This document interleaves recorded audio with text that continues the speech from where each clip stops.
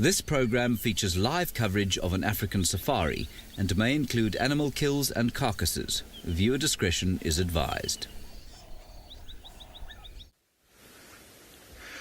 Good morning, everybody, and welcome to andBeyond Phinda Private Game Reserve. It is a beautiful morning here today. My name is Jared, and behind the camera we have Marcel. Alright, so just a reminder to all the viewers out there, and a special warm welcome to all the kids watching. The first 45 minutes is dedicated to all the kids, so we'll only be filming questions from the kids. And so for those kids who have any questions, please send your questions through to kidsquestions@wildearth.tv. Now, what a fantastic way to start the morning with a fairly large herd of buffalo. So although now we can probably only see about 10 of them, there is about 60 or so of them in this herd. It is a breeding herd, so that means that it's a herd consisting of males, females, and babies. And there is, in fact, quite a few young calves in this herd. So I'm just going to edge forward ever so slightly to see if we can get a bit of a better view. Now, something that we must definitely look for while this herd is busy walking is the calves busy suckling. So buffalo calves have adapted to suckle on the move. Most other species, the calves will suckle from the side. A buffalo calf will go between the back legs and hold on to those teats almost like someone skiing behind a boat and has to suckle because buffaloes are constantly on the move. And just 2 minutes ago, I was lucky enough to see one of the calves busy suckling like that. You'll see there's one of the lighter colored buffalo in the road is a younger calf. Just to the right, and a big boy has just stepped out in front of him. And it looks like there's another calf to the right of that calf, slightly older calf. So when they are born this lighter brown, and then as they get older, they'll become darker in color. Now, you might find that one of the reasons why they are born to be a lighter color is it just helps a little bit more with camouflage. You can see that the grass in this area is yellow, and lions will often try and hunt little buffaloes like this. So the more camouflage they can have, the better. If they are big and dark like their moms and dads, they wouldn't be able to hide as easily. So those lighter browns just allows for better camouflage. So this herd, I think, has just woken up.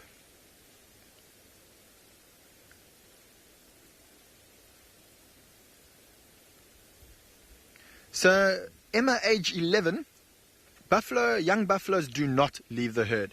In fact, buffaloes tend to really only leave the herd when they're old. So very different to elephants, whereas an elephant in his teens, the females will chase him out because he's a potential threat to the calves.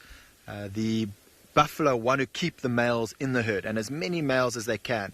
And as I mentioned earlier, lions do like to hunt buffalo, and so if you've got lots of big males, those big males are going to be able to protect all the females and, more importantly, protect their babies. Now, with elephants, they're not as threatened by lions as what buffalo are, so the females don't really need to have the males around, and a female elephant is big enough to be able to chase off any lions that were to bother them anyway. It's going to keep quiet. You can hear some beautiful birds calling. It's one of my favorite parts of this time of the day. The dawn chorus is almost ending now, but all the beautiful birds are busy calling. We should see some oxpeckers landing very shortly on these buffaloes to come feed off all the parasites and ticks. And maybe we'll hear one or two grunts from this herd. That is your very typical buffalo sound.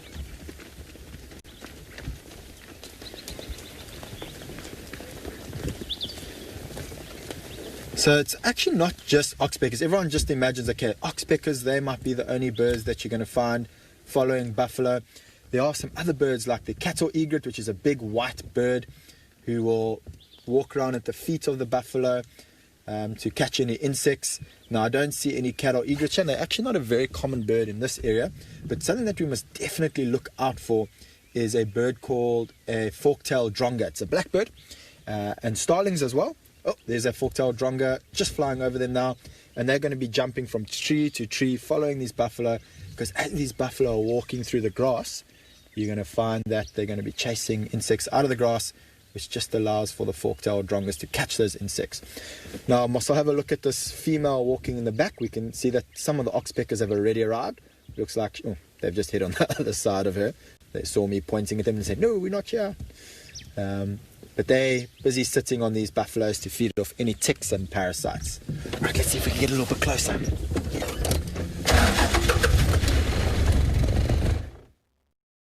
All you kids are on my vehicle at the moment, and you could smell the interesting smells coming from these buffaloes. If you've ever been to a farm where there's cattle, buffaloes have a similar smell to that. Oh, there's a little calf in the road. Have a look at that. Let's have a look to see if it's got any horns yet.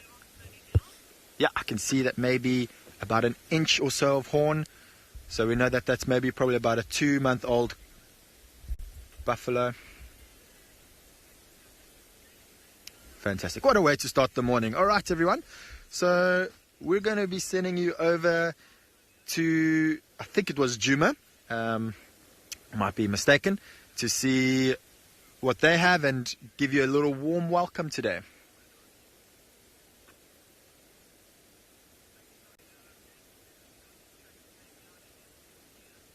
Warm welcome indeed. It's a little warmer than usual this morning. It's about 13 degrees Celsius, 55 degrees Fahrenheit, but it is a little bit gloomy. And we're just looking out towards the east of Djuma there, while we are actually sitting in the west. Isn't it a wonderful scene? Hello everyone, welcome aboard. My name is Tswalu with BK on camera this morning, and we are, like I said, in the west, so we're going to hope to maybe find out one of the animals that we usually see in the west, but it's not so predictable anymore. Now those animals would be the leopard kind, hukumuri and shudulu, but they seem to be all over the place because they're mating. So we're just going to try our luck. Now also, I'm using this way, just in case we get lucky with them. I do love the hook. I'm using this particular road to get down to the south, where I want to check the southern boundary for the lions again. That's because last night, and even this morning, we had quite a bit of audio for them. Now, in this silver cluster leaf right here, there is a blue wax bull. Where have you gone now? Can you hear them? Very sweet, faint sound. They seem to have hopped off. That is the silver cluster leaf, everyone. You can see that it's starting to get a little bit brown. Plants are just like animals in many ways, in that they need nutrients to survive. They need to reproduce. And they have a vascular system, almost like veins and arteries. And you can see that they've started to stop sending much of that nutrients to their leaves because it's getting colder and they want to survive the winter. Well, I'm going to send you over to Taylor at Prrivate to say good morning, and I'm going to head down south.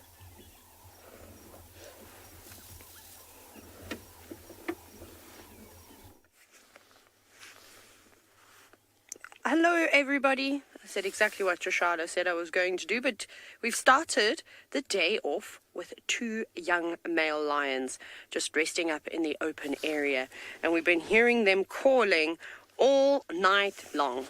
I'm so happy. Finally, some male lions. My name is Taylor McCurdy, and on camera today is Gert, and we are at Prrivate at Eco Training.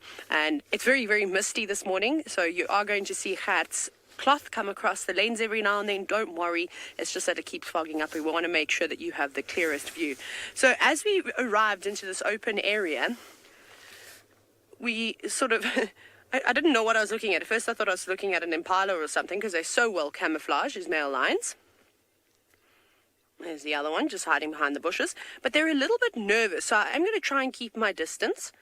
They don't seem to be too happy with the vehicles. I'm sure they've interacted with vehicles very often. But luckily for us, we've got this amazing cameras and we can sit from a little bit further away, which is super cool. I'm happy to see them. They don't look very old.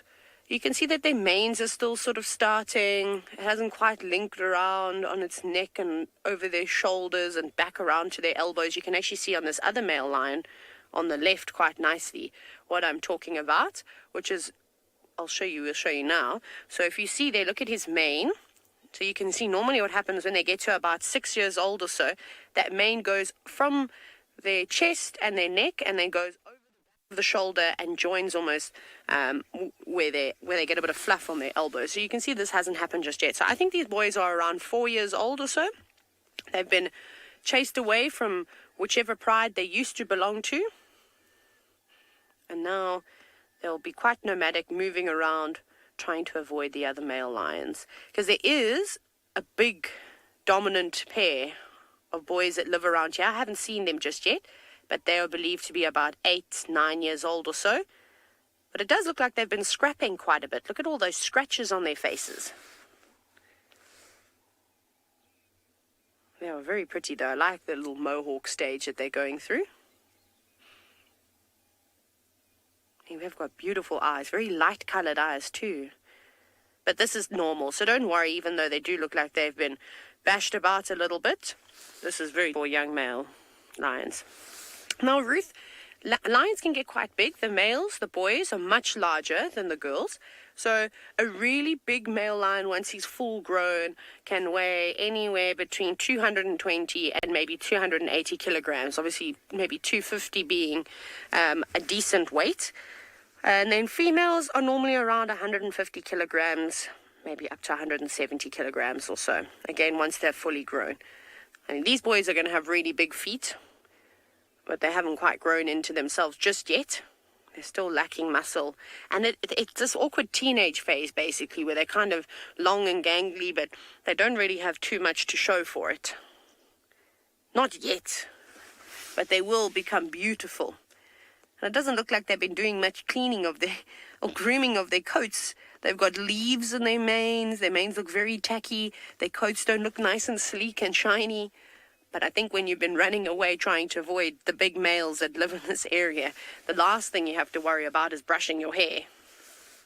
Isn't that right, boy? But it'd be nice to look at them and get some screenshots here if you can help me.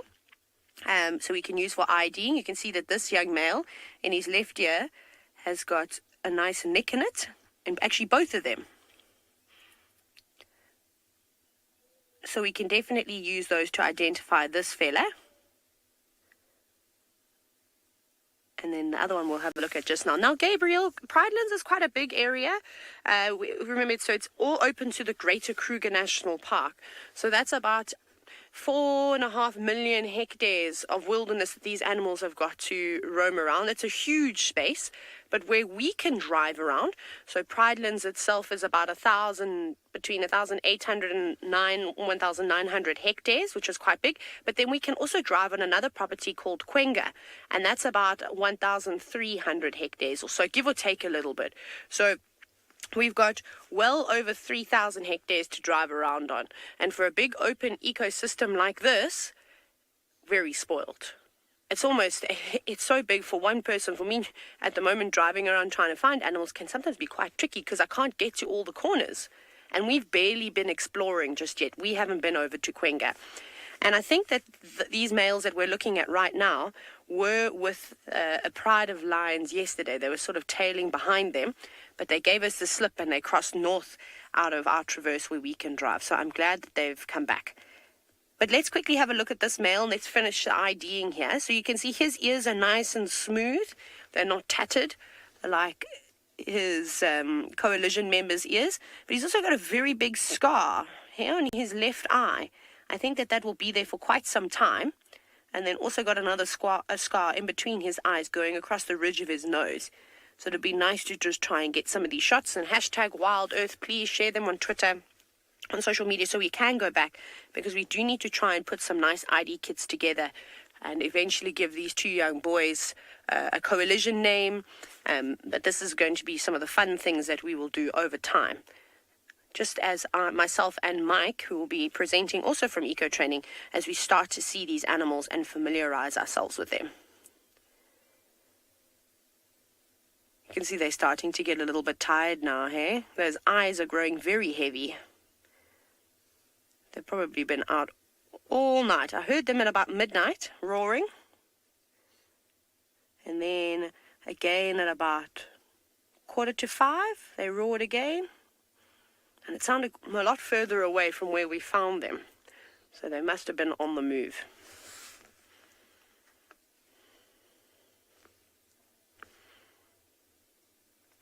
Something keeps drawing their attention to behind them. Not right now, but if I do go quiet, it's just because I'm listening.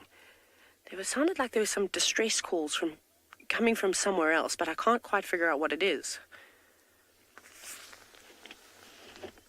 Ivy, I really like the look of these males. I think they've got nice character. I like that they've got very light eyes too.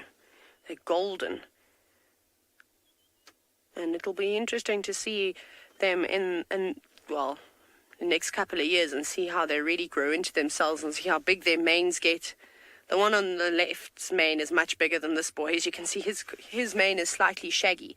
So this is the other thing, is that I don't know if they've come from the same pride, these two boys, if they are, blood brothers from one lioness, or are they, a couple of months apart from two different lionesses from the same pride, or did they just meet up along the way when they dispersed from their pride, and are they not related at all?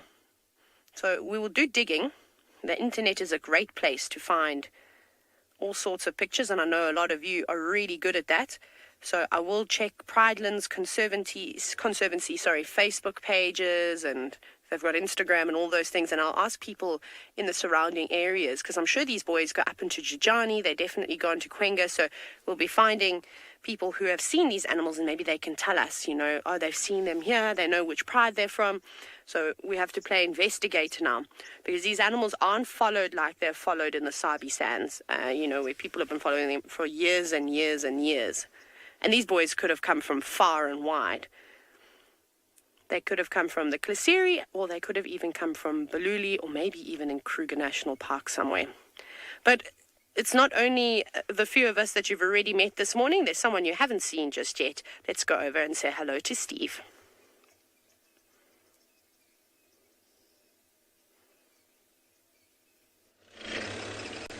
Good morning everybody. Welcome to Djuma Private Game Reserve. My name is Steve, and I'm joined this morning by Werner, who's come in and he's working with us today. So lovely to have him with us, and lovely to have all of you on board. Welcome. So this morning we're trying to follow up on tracks of Tandy from last night. She deposited her cub in this block. Trish found the tracks of the cub and of Tandy. Then I tracked Tandy around the block into the drainage, and I came all the way around again, and we found a very fresh leopard poo in the road, and went back into the same area. So we're just trying to investigate, double checking she hasn't come out of there with her cub, because Tandy is our 14-year-old leopard of the area, female leopard. She's got a little 3.5 or 4-month-old boy. It's very cool. Love to show him to you.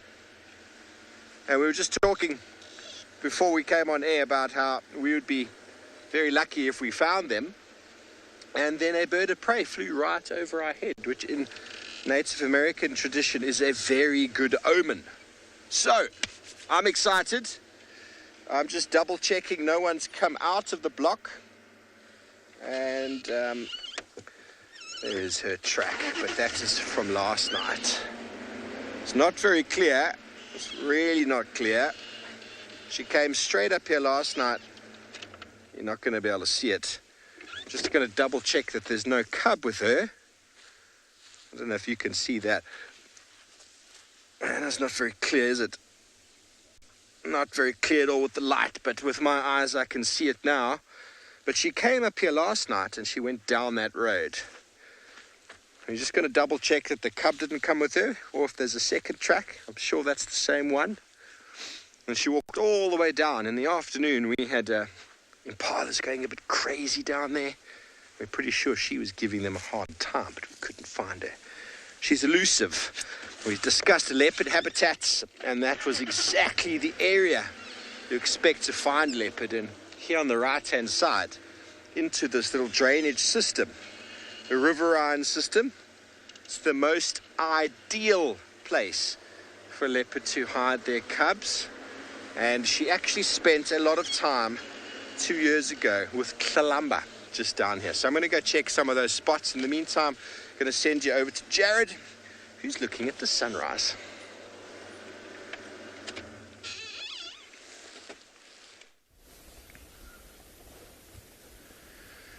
All right, so while we give Steve some time to try find Tandy, have a look at this beautiful African sunrise we have this morning. One of the things that's making this particular one so special is above the clouds we have, above the sun we have some clouds, and then below the sun we've got some mist. Now that mist is actually rolling from the ocean.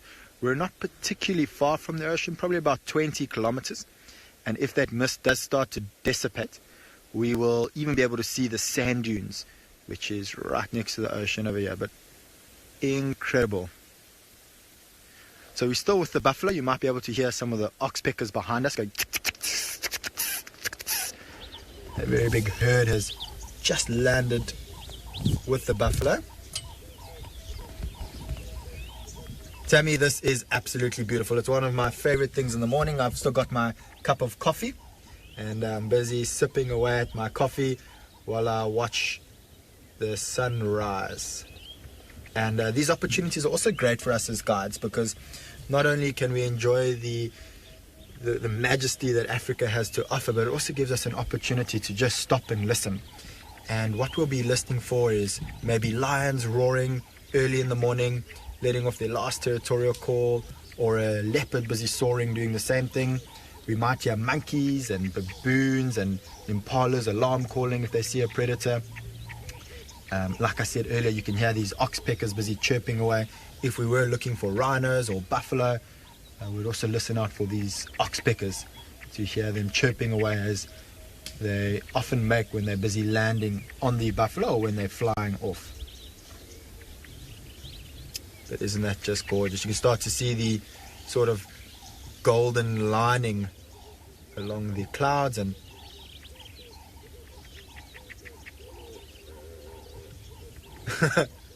Dala, I couldn't agree more. Being a naturalist is a hard life. We've got to deal with beautiful sunrises and sunsets and big moon rises, and surrounded by wild animals and fresh air. Someone has to live it, Adele. And I guess today it is me. How wonderful. And it's not actually even that cold today. We're expecting it to be a lot colder. There is some reports of snow in the Drakensberg mountain, although that is not particularly close to us. We will feel the cold that would come from that. But at the moment it's around 14 degrees here at Phinda, and that's also why we're having this mist at the moment. As the sun starts to rise, starts to heat up the earth, and a lot of fancy things happen, and then voila, we have some beautiful mist rolling in. Et voila. And voila. That is as much French as I can speak. All right, let's have a quick look at the buffalo. Let's go a little bit forward. And earlier I mentioned that we could see some other birds with these buffalo, like fork-tailed drongas, and I did see some with them maybe about 2 minutes ago. So let's see if we can get another view of those fork-tailed drongas. And the buffalo seem to find a very good area to graze. So they're grazers, they eat grass, and I think they were walking to this particular area because they know that this area is good for grass. And you'll notice, even though the grass is quite yellow, there is still a bit of greenery in this area. And this is one of the herds of buffalo that frequents this particular area, and they know where all the good grazing is, which is high in nutrients. And as we start to go more and more into winter, all these grass are going to start to die off, and they need to make as much of an opportunity as they can to feed on the lush green grass. Now, Marcel, the challenge is to find a fork-tailed dronga. Let's see who can find it first. I know they're here, I've heard them.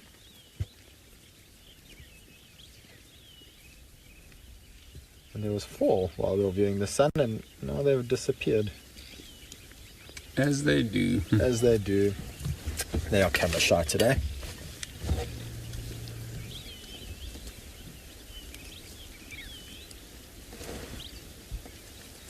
Sorry, can you repeat that question? I didn't catch it. Do buffaloes play like others?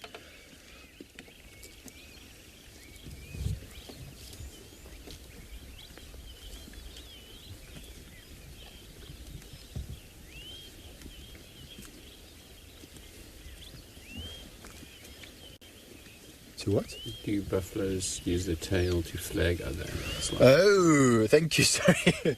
Do buffaloes use their tails to flag other animals? No. So, for those of you who don't know what Dave is talking about, when a buffalo runs off, they put their tail in the air like this, straight up, almost like an antenna running behind them. Sorry, a warthog, with their tail right behind them. Now, a buffalo doesn't do that. What they would do to warn other animals is that they would give off a sort of alarm grunt. Just like myself, it sounds like someone who's feeling very sick. But no, they do not let off their tail or lift up their tail to warn others like warthogs do. Oh, Marcel, have a look. Remember I was saying to you earlier about how the buffalo suckle? Oh, as I start to show. Let's see if the calf's going to try again. And there we go. See, holding onto the teat. I'm just going to keep quiet. I think I'm distracting the calf. Come on, suckle. There we go. So you'll see that the calf, because the mothers are always on the move, they have to suckle from behind, and it's going to try bite and hold onto that teat and suckle as much as it can. There we go. No, it's also camera shy, just like the fork-tailed drongas.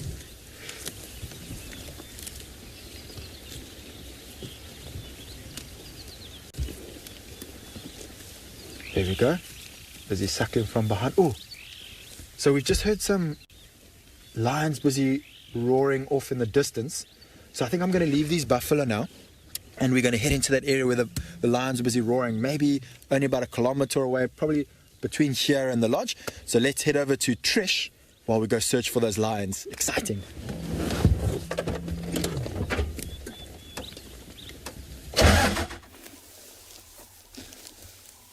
Very exciting. In fact, I am hoping for much of the same. I'm on the southern boundary and I was looking for lion tracks entering Djuma, and I stumbled upon this little herd. It is bigger than this. There are a few more elephants on the northern side of me. But these two gave me a bit of a roadblock. In fact, it's not just two. Tiny little baby.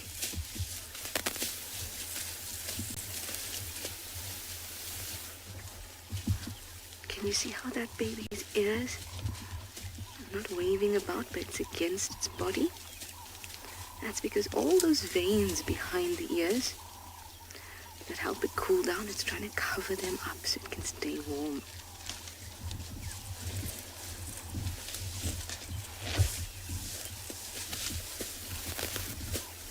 It's not used to its trunk just yet.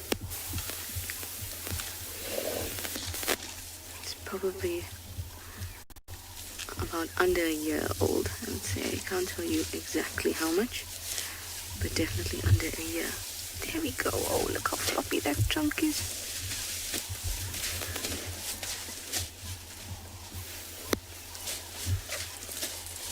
It's trying so hard to use its trunk like the adults do.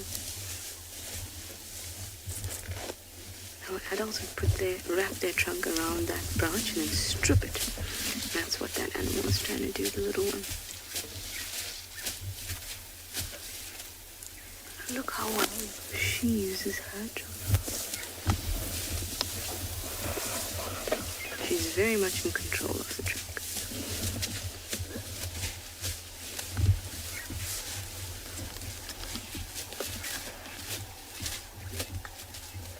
They're dusting off any sand on the grass before they eat it so they don't damage their teeth. Dusting off any sand on the grass before they eat it so they don't damage their teeth.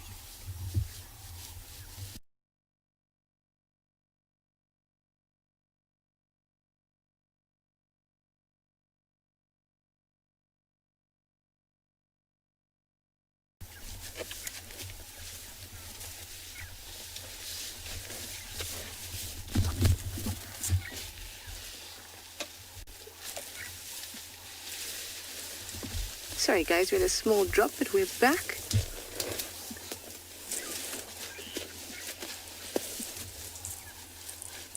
And we're still with these lovely ellies. I think they're gonna cross in front of us. That would be awesome.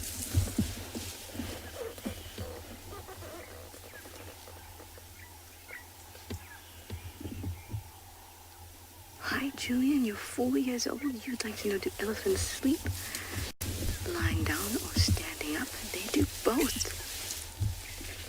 You know, sometimes, Julian, you sleep and you have a really good night's sleep and you have dreams and all of that. That's necessary. But in order for that to happen, we call that REM sleep. In order for that to happen, elephants have to lie down. So you'll see adults lying down, but not for very long, just for a few minutes.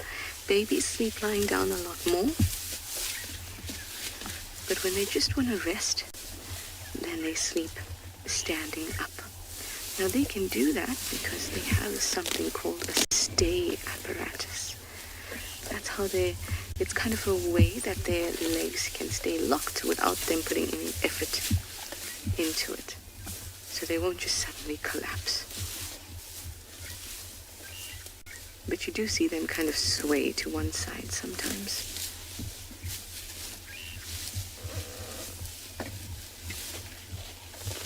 So calm.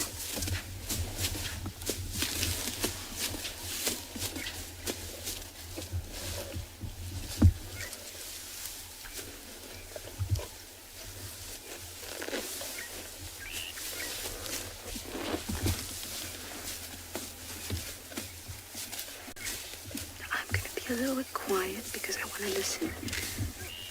See if we can hear lions, because there's been reports of audio for lions coming from this side. We can watch this cute little thing in the meantime.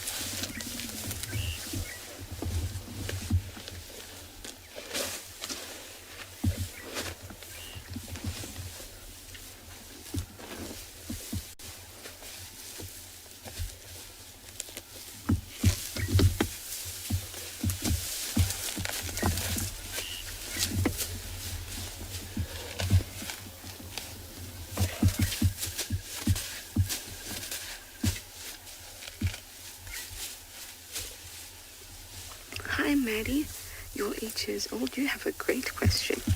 You'd like to know, why do animals get up so early in the morning? Well, they actually sleep whenever they feel like and are awake whenever they feel like. They're not like us where we've got to go to bed at a certain time and wake up at a certain time. Some animals are, like mongoose are a great example of that. They like to get into their burrows as soon as the sun is down and only wake up when the sun is up. But other animals, they're not used to having a bed and a house and going to work and things like that, so they just eat and sleep and are awake whenever they like. Standing by, Nigel.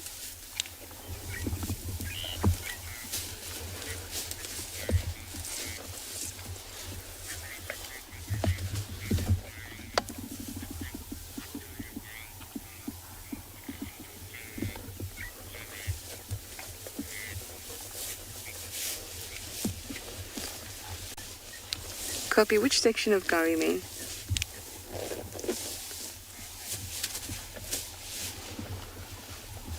Okay, copy. I just came from Shibama towards Weavers and didn't see anything. Thanks, Nigel. I've got some Ellies here.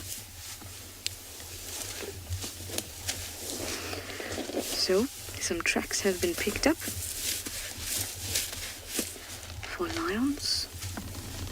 But it seems like the pride has actually gone back into Little Gari, but there may be a male that has come north into Djuma, so we're going to go and check that out.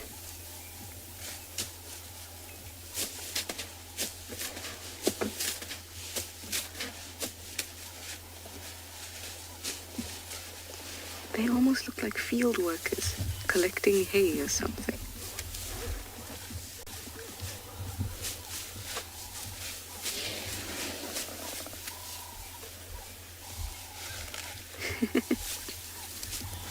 So sweet. Alright, those tracks are fresh. So we're going to back out. And we're going to... Or maybe they'll let us go past since they've been so nice to us.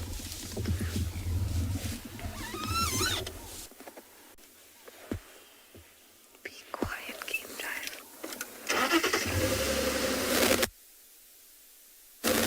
Guys. Sometimes it's nice just to wait so they get used to the sound. And then you can pass them. Thank you, guys.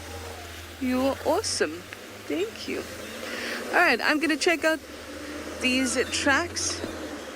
And then I'm going to send you over to andBeyond's Phinda. Apparently, they've found what I'm looking for.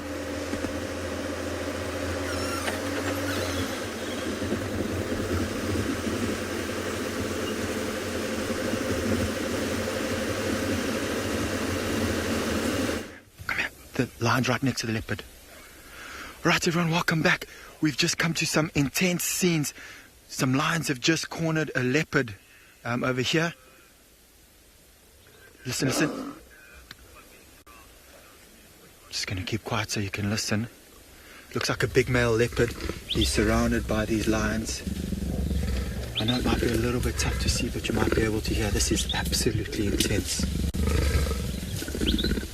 I'm busy shaking. I'm not sure how this leopard is feeling right now. It seems like this leopard has managed to defend himself. Most of these lions that are here are quite young lions. It seems like it's the cub that's got majority of the pride that's got majority of the cubs. Doesn't look like the leopard's been injured yet. Just listen.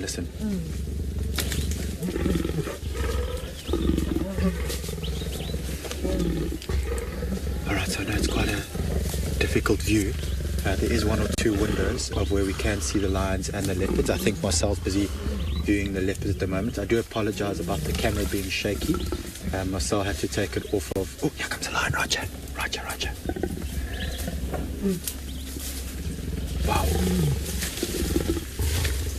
One of the lions just came right up to the bonnet of my vehicle to come have a look and has gone back down again. Probably one of the cubs is a little bit nervous about what's going on.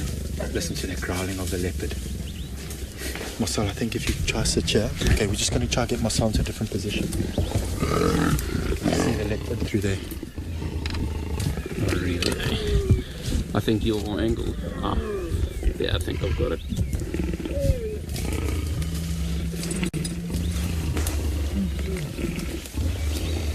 Yeah, just... So you can probably just see the rosettes of the leopard. There is one of the younger lions, maybe 2 meters or so to the left of the leopard. One of the larger females seems to be towards the right of this leopard. I think that this leopard's going to be able to survive this. So fortunately, I think that we don't have to stress too much, but it is a very stressful moment, particularly for this leopard. Looks like one of the lions is right behind the leopard. You'll notice that the leopard's on its back, and by being on the back like this, it's able to defend itself as best as it can.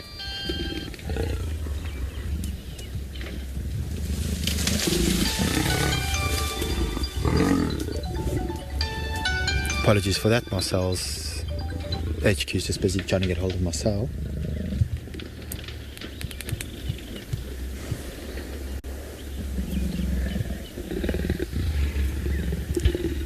Shame this leopard's having a terrible day. Okay, I'm going to keep quiet for a minute or so you can listen.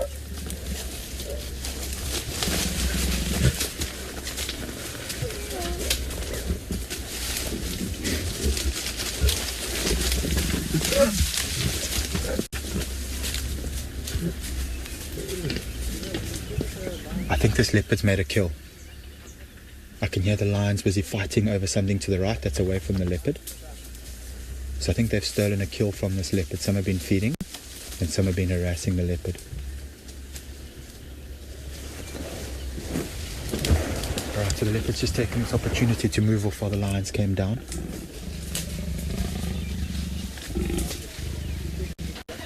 So unfortunately where we are, there's no tall trees, and that's why the leopard hasn't been able to climb into any of the trees.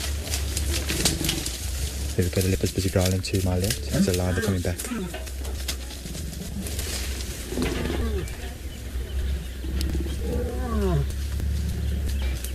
And it's really just a 1 meter window. That's fine. I do apologize that you guys can't see too much, but Mvu, I couldn't agree more. I want this leopard to run, or more so than run, climb. Find the closest tree. He needs to find a nice tall tree. Lions can climb trees, but he's much lighter than the lions, and so he can get to parts of the trees where the lions wouldn't be able to get to. There's a better climber. Oh, do you hear that deep growl?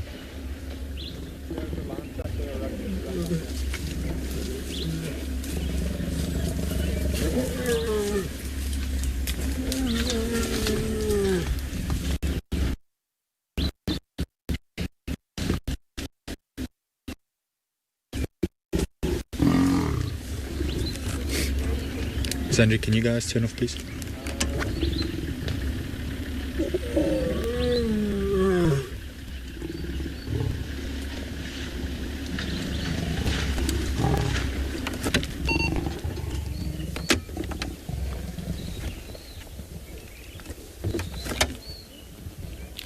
Sandra, do you guys have a better view that side? But vision of what line is in front of our vehicle now, but we don't have visual of the rest of the pride. Copy. Alright, so I was just speaking to my colleagues who managed to find these lions. Remember earlier we said we heard the lions roaring, and so we let them know, and they came into this area. It must have been about the time that they've just come across this leopard. So this poor leopard's had these lions harassing them for about 20 minutes or so. But it seems like the growling of the male leopards calmed down, so maybe the leopard's able to have moved off from here. Now these lions are looking down to my right, is where I think that there's a kill. I think this leopard's very lucky that the male lions that are part of this pride isn't here. Because male lions being much larger than the females would have been able to kill that leopard easily. Derek, at the moment it doesn't look like there's any large tree. I can see one sort of larger tree to my left, but nothing too big. Because generally that's what leopards would do. The moment they see a predator, another predator like wild dogs or lions in this case, they would find the closest tall tree that they can get into. But I think these trees are quite small, and if they had to get into the tree, the lions might be able to follow from below. Lions are very capable of climbing trees, not as good as leopards, but they want a tall tree so they can get high up to the top where the lions wouldn't be able to get to. Listen.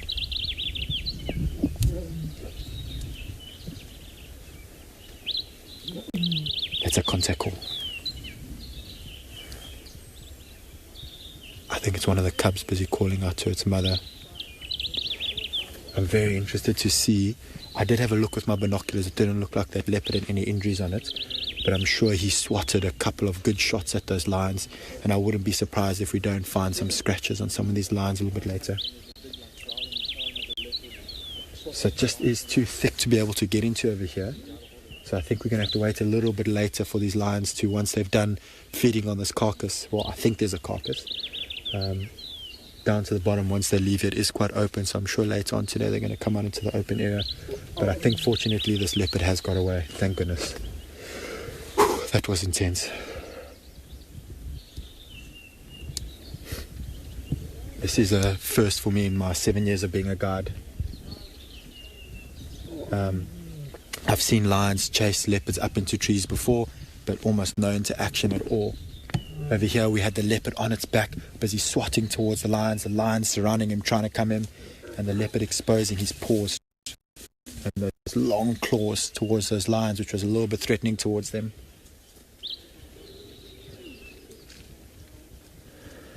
Alright, so while I get my breath back, that was quite intense. I'm going to have a look around, see if we can find a better window to see those lions feeding, but let's head over to Tswalu for now.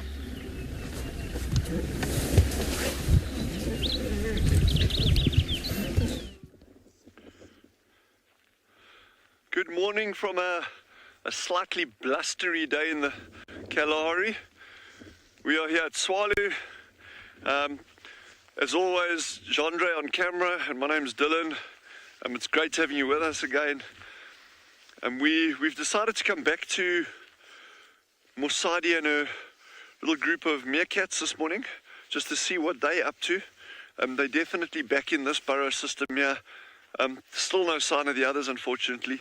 But we're just going to spend a little bit of time here today and just see what transpires. We are in for an incredibly blustery and cold next couple of days. Our temperatures are going to go to a maximum of 10 degrees, that's centigrade, and going down to a low of -2 with a lot of wind. So the wind chill factor is going to go make the temperature go down even further. But Jandre and I think we'll find ways of surviving. And it's always good being out and having you with us. So let's see what the next couple of days holds. That cold front should last. It'll be from Thursday right through to Saturday. So it's going to be quite chilly over those coming days. Hey, but that's fun anyway. That's also, the weather is part of these experiences. So I hope all our colleagues down in the Lowveld don't get this cold front. So these cold fronts, interestingly, just in terms of weather phenomena, our cold fronts that we get at Tswalu Kalahari are normally pushing in from the Atlantic seaboard. So what we've got now, this morning, you can see like a lot of movement on the grass, a lot of wind. So the wind, that direction that Jandre is now pointing at is pretty much due north. So you get the wind coming out the north, so it's a northerly wind pushing south. So what happens is it's blowing from a high pressure cell, clear cold air, into a low pressure cell, which is what's developing over the Atlantic. And over the next couple of days, you'll see the wind is going to make a 180 degree shift. It's going to start blowing straight out the south, and that's when the cold weather is going to hit us.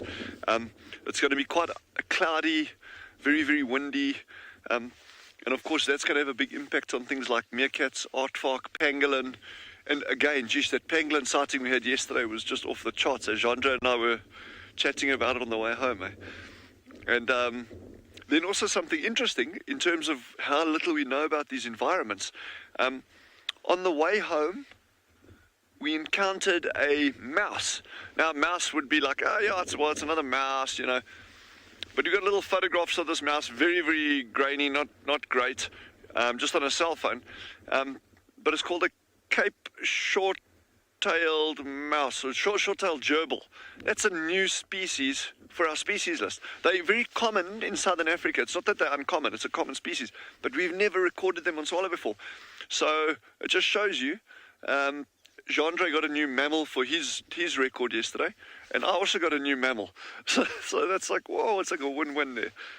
So it just shows you never know what you're going to get, and the more time you spend outside, whether it's in your garden or in a reserve or a national park, you can always, if you keep your eyes open, you're always in for a chance of finding something new. So we weren't here yesterday. Our meerkat habituator, Rebecca, she was.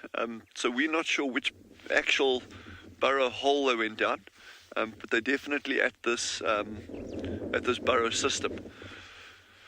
So it's going to take us a little bit of time with this wind. They're probably going to come out a little bit later than usual. But we're also just very keen to keep tabs on this group and just see what they're actually going to be doing, over the coming days with this cold weather and with this badger incident that went on. It'll be just really nice to keep following them and just seeing so we don't lose track of the group. But while we're waiting and having another cup of coffee, great having you with, and head over to Phinda and see what they got.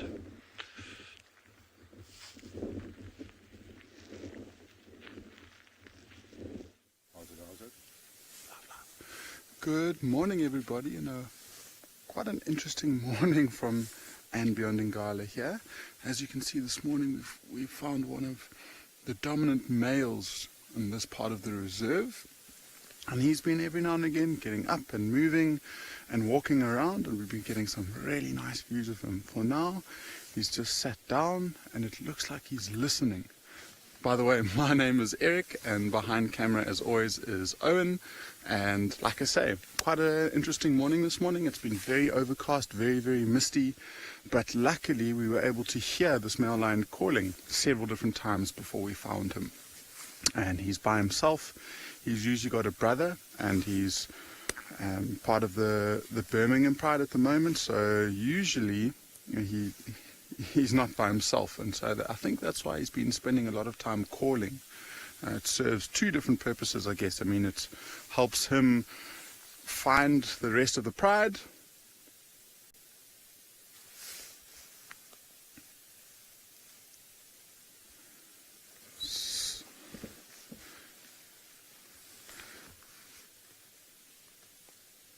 and so yeah, he's been calling out, he's been listening, he's been trying to find either his brother or trying to find the rest of the pride.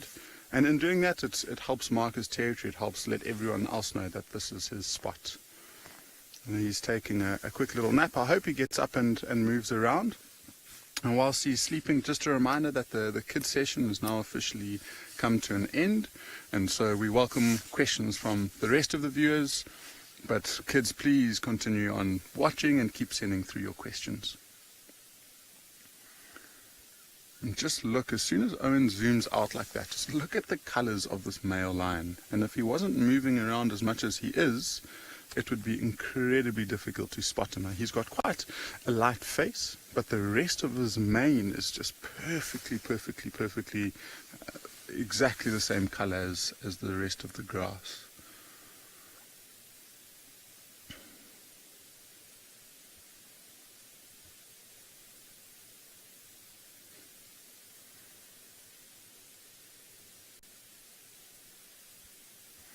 Where we found him is quite far away. It looks like he might... What is he going to do? I thought he might yawn.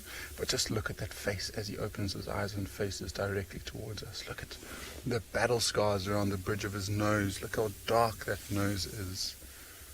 Look around his eyes. He's had some serious fights in the past.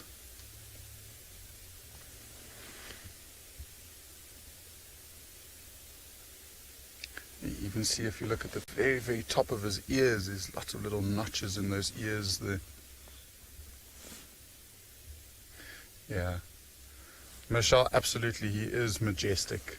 And I'm sure if you've been watching over the last couple of months, you might have seen these males quite often. And I wouldn't classify them as the biggest male lions that I've ever seen in my life. But they still have got this presence around them when you see them. They're just absolutely beautiful. And what they lack in size, they have in aggression, and they really work well together as a team to drive away potential threats. And we've been thinking, and there's been one or two times where it was in the balance where we thought that maybe they could get chased away by a few other dominant male coalitions that are in the area. There was two male coalition that came in from the east, so somewhere around the Kruger National Park, and they were literally one day, they were right in the middle of the Timbavati River, pretty much exactly where that lioness gave birth to her cubs. So before she gave birth, but I mean several months ago, and they were there, they were vocalizing, they were roaring. The Pride of Lions, the Birmingham Pride, they turned and they ran in the opposite direction, so we thought, this is going to be the time where these male lions or these Ross males at least, get chased away. But 2 days later, Ross males were found again in the morning, being dominant, scent marking, vocalizing exactly where we last left those two unknown males. And so as soon as they feel that there's a potential challenger in the area, they flip a switch and they just go full-on male lion.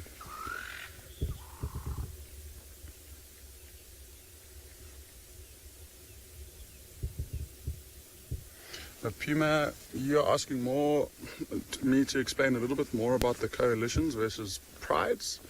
So coalitions are male lions, and male lions are basically from the same litter most of the time. And so, for an example, the Birmingham Pride that we've been seeing a lot of the time is within the 8 cubs. There's 3 males.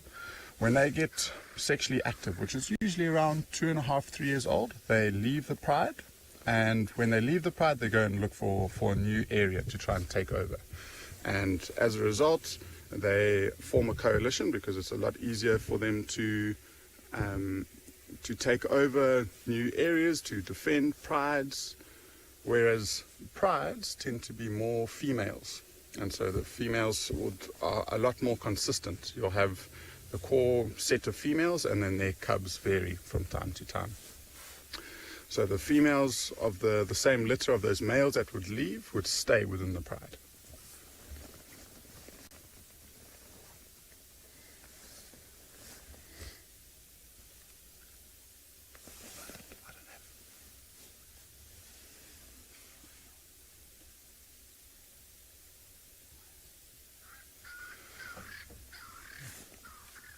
So whilst we wait for this sleepy lion to either completely settle down and rest for the day, or decide to get up and move one more time, whilst we wait, we'll send you across to andBeyond Phinda, where I think those lions might be a little bit more active.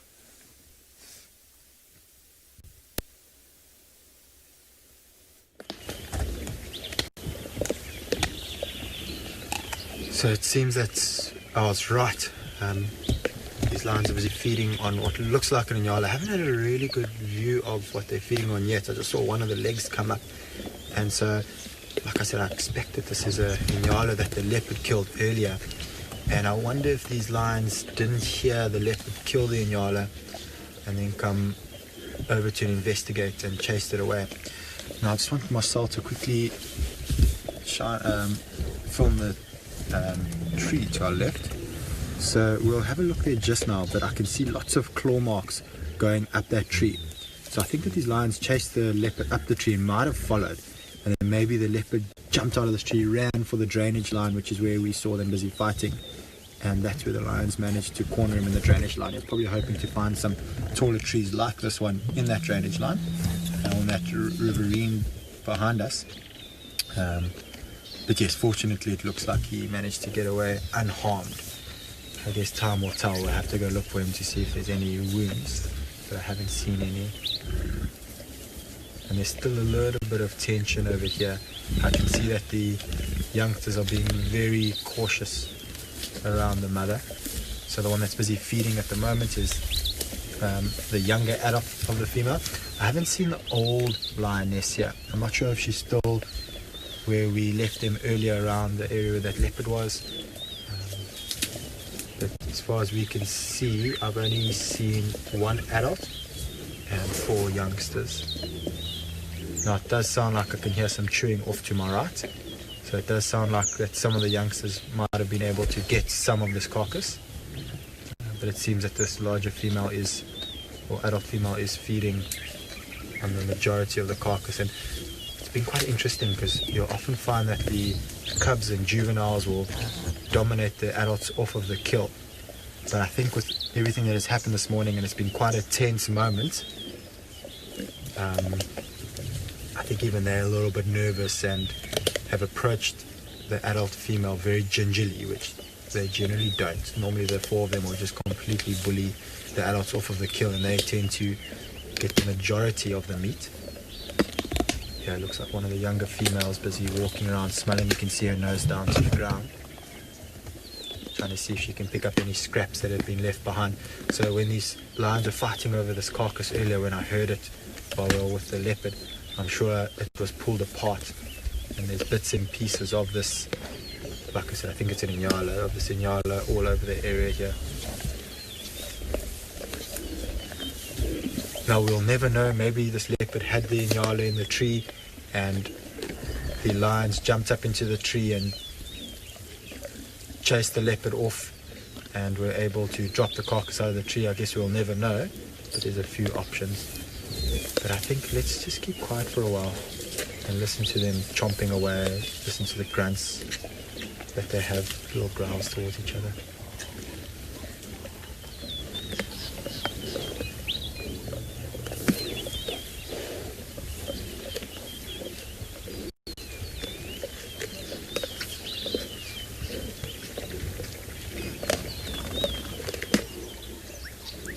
Still hear some of the birds chirping off in the distance.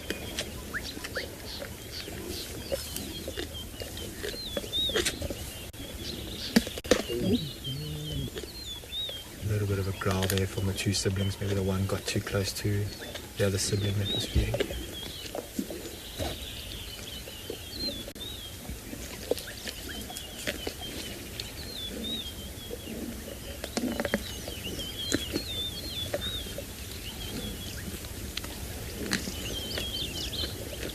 you'll hear a variety of sounds busy happening. You'll hear the oops, sorry, that just distracted her. That's the sound of the carnassial shears busy cutting away at the hide. You'll occasionally hear them accidentally bite down onto the bone, that sound. Yeah, Megan, you're so right. Lions are big-time thieves. Everyone just thinks it's hyenas who are the scavengers of the bush and bully everyone off of their kills. But lions do it maybe not as often, but quite often. If they can chase a leopard or a cheetah off of its kill, which is something that we do see happen on Phinda quite a bit.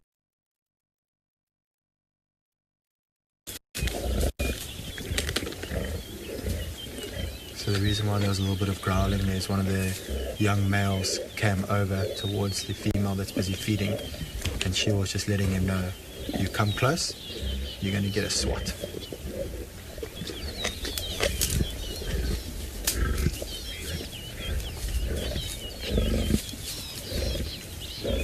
Shame, what an eventful morning it's been for these 4 youngsters. It might have been their first time they've ever interacted with a leopard. Marcel, you're saying snap, crackle, pop.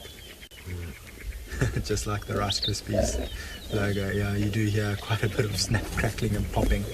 Although there won't be too much snapping here. The lions don't generally tend to break bones, so you won't get too many cracking.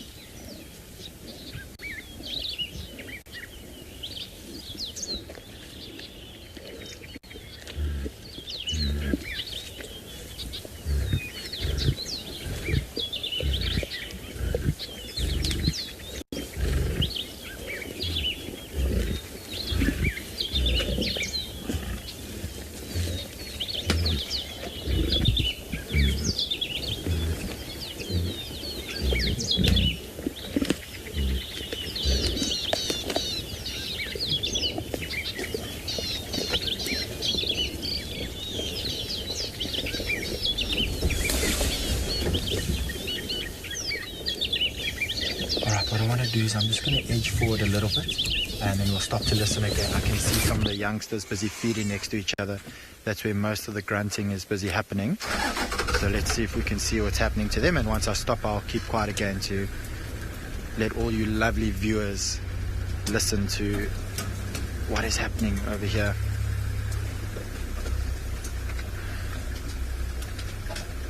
Tell me when to stop there, Marcel. Right.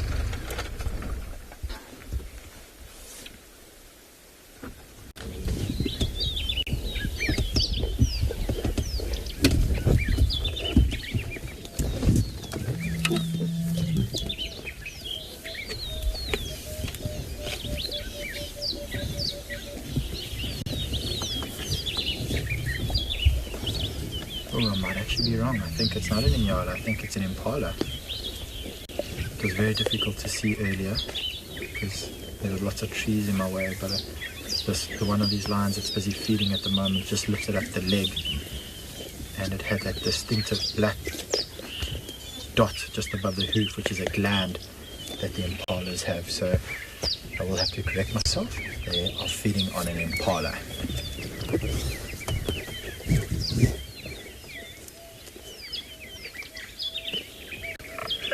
Located, single cheetah, and WT open areas.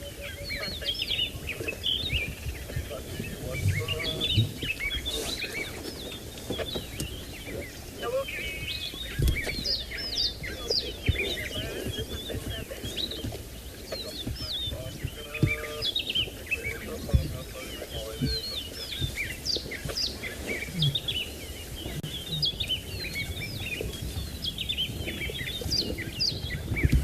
you a bit of a contact call there. Probably one of the young males is busy saying something to the pride. I'm not sure exactly what.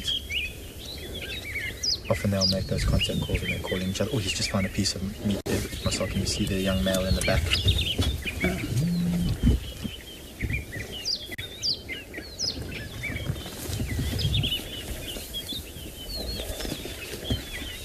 female busy carrying off the hide, and it doesn't look like there's much meat left there, but they're all having to take whatever scraps they can right now. Their bellies are quite full, so they're being a bit greedy at the moment. Not too far from where we are here, we did see that these lions had killed a warthog last night. So that's a crazy eventful last 12 hours for them. Hunting and killing a warthog, fighting with a leopard this morning, stealing its impala kill, fighting over this kill. Indeed, some tense moments here at Phinda.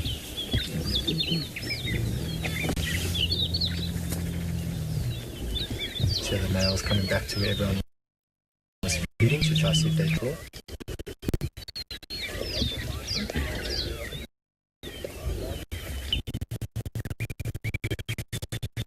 Oh, he's got a little bit of blood on his back, leg. It looks like a bit of a wound. I wonder if it was from that leopard. Maybe got just too close. Being one of the males or younger males in the pride, he might have been a little bit too eager to prove his might to the rest of the pride. I'm just going to reverse.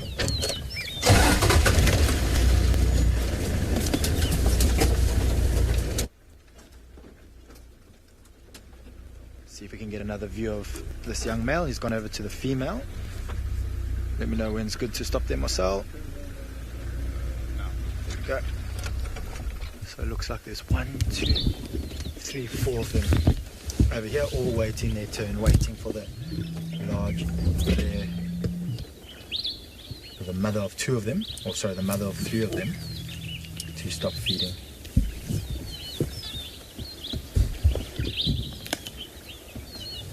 And maybe what you found is that last night when they killed the warthog, I haven't seen her stand, so I haven't been able to see her belly, but most likely what would have happened is that when she killed the warthog last night, she would have let the full feed. And so maybe that's why she's making the most of this opportunity. They fed last night. It's now time for her to feed this morning.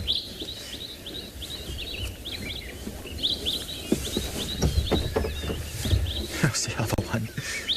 It's busy lying right behind her, as close as I can to the carcass.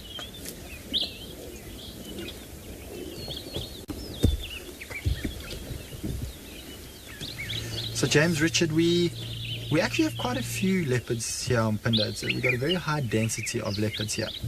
Unfortunately, most of the leopards, and like that male we saw earlier, are quite shy. So in the southern parts of the reserve, we probably have about 3 or 4 individuals who are just as relaxed as the leopards that you see at Djuma and Ngala. And so we do see them fairly often. But I would say about 80% of the leopards that we have here on Phinda are unfortunately not used to the vehicles, and they generally tend to move off the moment they see us. And so most of the leopards that are here that we do view are females. We've got 1 or 2 males in the south of the reserve who are okay with us viewing them, more so at night than in the daytime. And then in the north of the reserve there is 1 or 2 young leopards who have just recently become independent, who are quite relaxed, but their mother is very unrelaxed. So not the best leopard viewing in the world, but if you do ever come and visit here, we do tend to at least see 1 leopard in a stay, if you're lucky. Looks like one of the young females is heading straight back into the direction where the lions were busy fighting with the leopard earlier. I wonder what it's going to go do.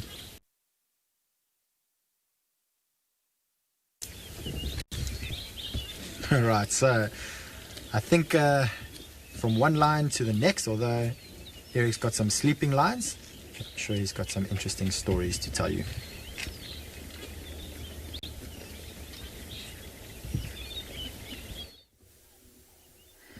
Welcome back to Ngala, everybody. As you can see, that big white blob just off center on the screen is that male lion, and he hasn't moved around pretty much at all since we last left him. And now that he's got his head down flat, panting quite heavily, it might be the end of his day for now. Every now and again he picks up his head and it sounds like he's responding to some noises around him, but he hasn't really given any sign of movement yet.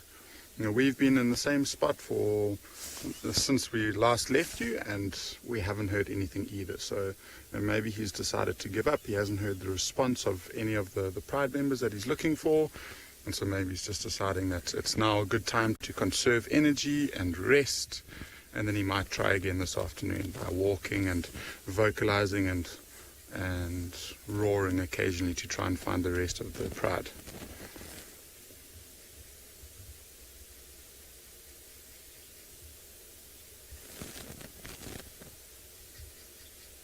Crafty Jacks, absolutely, and I think what makes it a lion type of morning is the weather that we're experiencing. I mean, I'm not sure what the weather's like down at Phinda, but I'm sure at least down in Djuma, at Pridelands, it's very, very overcast, and only now has the mist started to rise. And with all of this moisture in the air, it just cools the temperature down. It allows them to move around without the worry of trying to cool themselves down like they would normally have to do on a hot day. And then also it's lifted now unfortunately, but with the mist it kind of gave them an extra bit of cover so that they could work with. And if they were unsuccessful hunting last night, it would have been a really good time to be moving around in the early parts of the morning. And this male lion doesn't look completely underfed. He hasn't had a proper full meal recently. I mean, I'm sure you've seen a male lion after a big feed, those bellies swell up to about 2 times the size of what it is now. But there's no real indentation where his stomach is. So he's got a healthy stomach at the moment, which means that him by himself, the likelihood of him trying to hunt is probably pretty slim. But you never know with lions. They are incredibly opportunistic. We had maybe about 2 or 3 months ago, we had an absolutely amazing sighting with his brother, who single-handedly attacked and killed a fully grown big male buffalo. So this buffalo was down in the Timbavati riverbed, and the battle went on for about 2 or 3 hours, and one male lion, probably weighing about 200 kilograms, managed to attack and kill a buffalo that was probably around 700 or 800 kilograms. So they've definitely got it in them. They just need to choose their time and their place. Ultimately, I think a lot of it has got to do with the whole conservation of energy. And if a male lion, he's got so much more on his plate. He has to patrol his territory, he has to vocalize, he has to chase other males away. And so if the opportunity arises where he can take a meal from the rest of the pride, he'll happily do so. And so that's why I think they tend to not really move around as much, or at least hunt as much as the females do. And when you consider his overall body as well, I mean, that very, very thick mane will make him warm quite quickly. So when he's running around, I mean, I'm sure it slows him down a lot. It makes him hotter, so he tends not to be too much more active.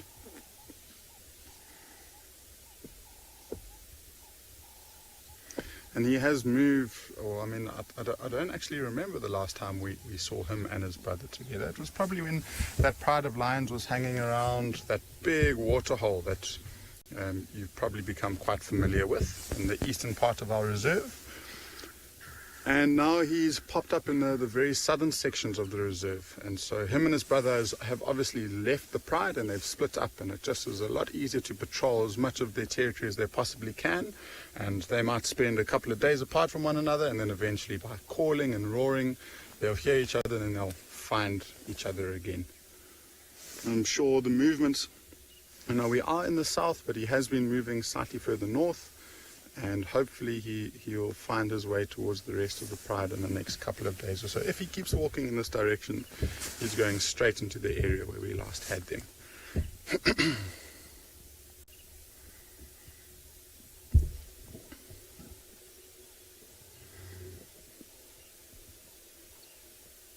See, again, just to reiterate the camouflage that mane serves.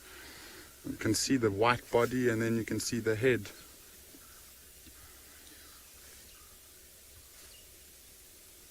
So very, very, very camouflage, especially with that mane. And I mean, if he was hiding in the long grass waiting for something to come, he would turn onto his haunches and crouch down. And so none of that white would be exposed. would just be basically that very dark mane that he had. He would drop his head very, very low down, and basically if anything was walking past, the only thing that they could potentially see is that mane. And at this time of year, you have to have incredibly good eyesight to be able to pick out a mane when it's so well hidden.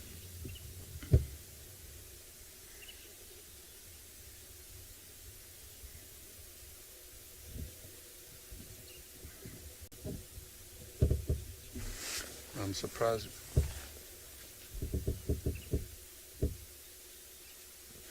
Rob, you're asking the lifespan of a lion in the wild.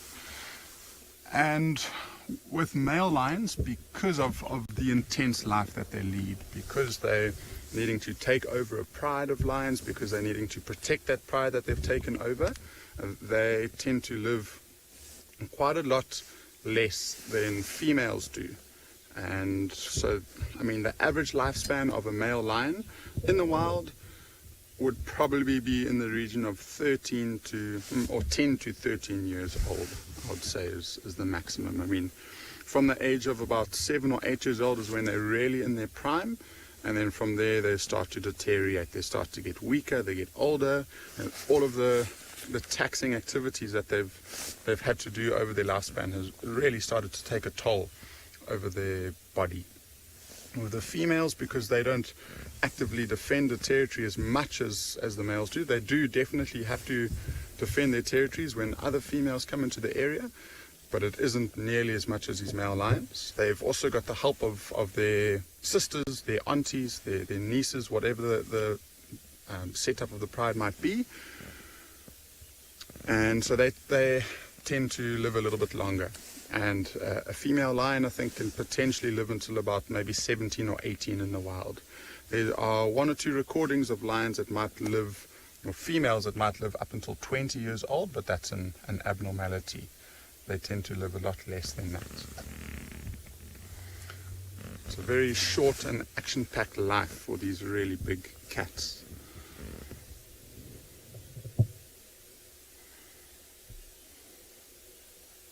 You just get to see a little bit of what the reserve and the weather's doing now. So still very, very, very cloudy, very overcast conditions. So these, I guess by now, I mean, it's been light for at least an hour and 45 minutes. So most of the nocturnal animals are probably doing exactly what this male lion is doing now, is finding a place to settle down for the day. And we actually started the morning off trying to find the leopard that Nikki had yesterday morning. And so we started our morning off by the riverbed, and we saw tracks of a male leopard, so probably the same one that he had, and tracks of a female lion walking on the same road. But there was a layer of condensation, or at least moisture on top of the tracks. And so that was probably from a little bit earlier on in the evening, maybe closer towards 8, 9, 10 o'clock at night, somewhere around there.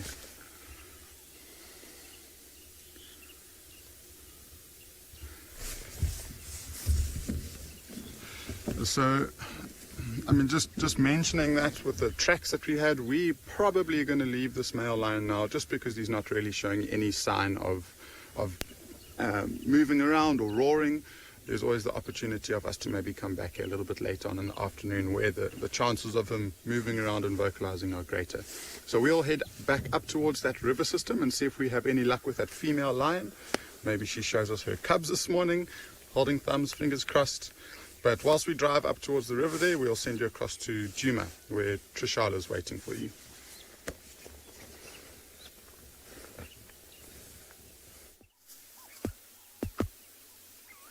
We have another roadblock. The elephants have been great to us these last couple days. Here you go. Where did you even come from? Behind that mound? And you've been eating?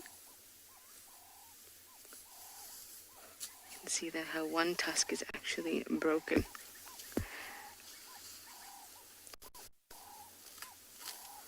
She looks a little familiar, with the break of that tusk looked quite familiar. It's just tough with elephants. You can tell sometimes when a break is really obvious, like, or a structure of the ear, or injury in the ear, or tusk is very obvious, or even trunk. And that one looked familiar.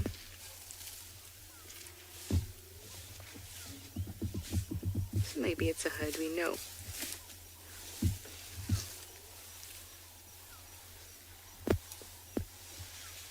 In fact, this young one here has a cut in its ear, which is something it'll have.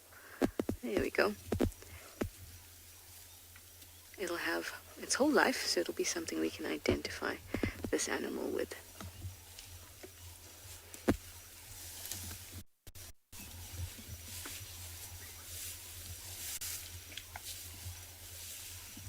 I can't imagine how tasty the dry grass is at the moment.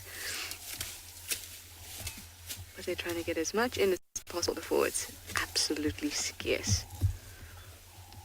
Hello, talking to you. Oh.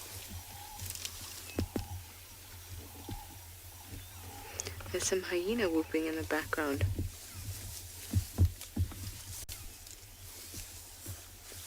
Speaking of which, I will go check the den today, or this morning as well. And then in the afternoon we can kind of establish if there's fresh tracks around. Oh, she's decided to move her den.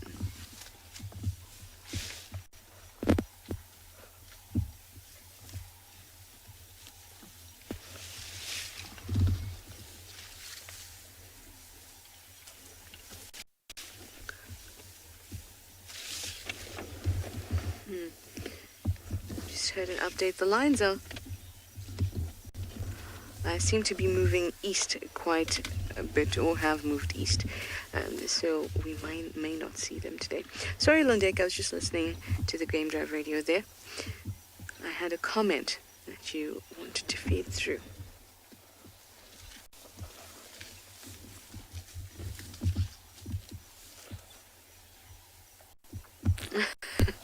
Megan, you say you love it when elephants have their sassy pants on. I do too.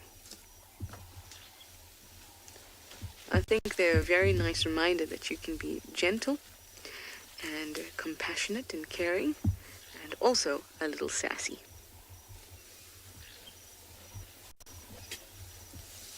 Big lovable sass balls.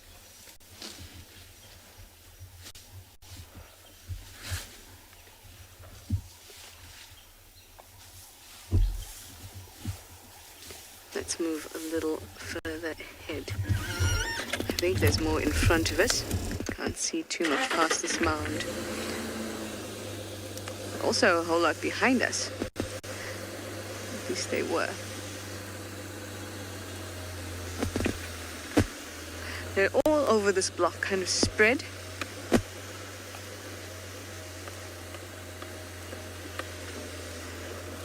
It's quite dense, as you can see. Now, as winter becomes drier and drier, those trees will lose their leaves a lot more, all of these trees. So these dense blocks will actually become much easier to look through. Okay, they're on my left here. There's a bit of a clearing.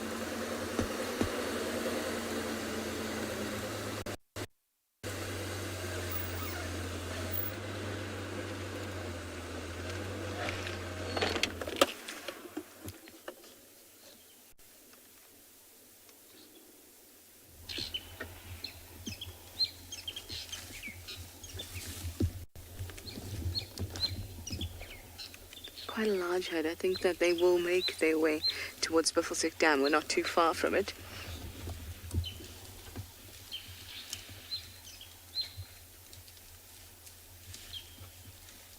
I'm still have faith in some lions, so keep listening out. I'm trying to be a little bit quiet and just listen out.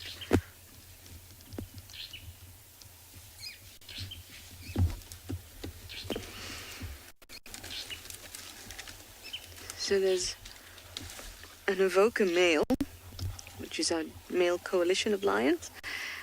One of them probably dark mane in Buffelshoek.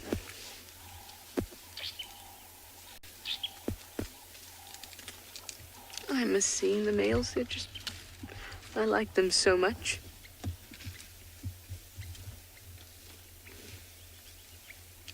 But definitely elephants are a prize to me too. I think my favorite sightings are with elephants.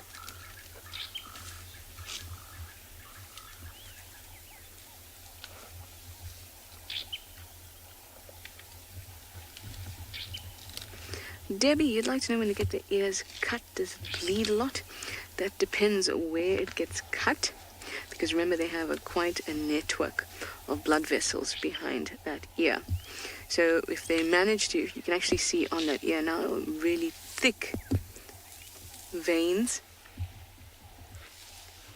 whole network of veins and arteries.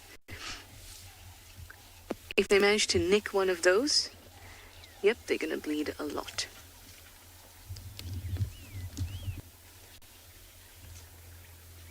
An elephant can pump all of the blood in its body through the ears and back again in 20 minutes. So there's a lot of blood going through there.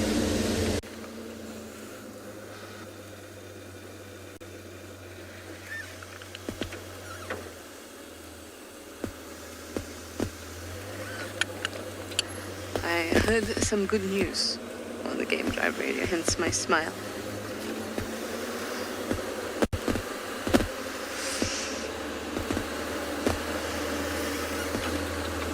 I'm moving right into the middle of this block. So I think that I am going to, since pretty much the lions are off the property and not an area we can go to. Possibly nobody's found them. The only ones that have been found is the Avoca male that's in Buffelshoek. But the rest of the pride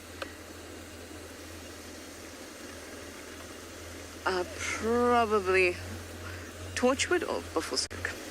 Anyway, I'm going to go around to Buffelshoek Dam and see what's going on there, and I'm going to send you over to Steve with a surprise.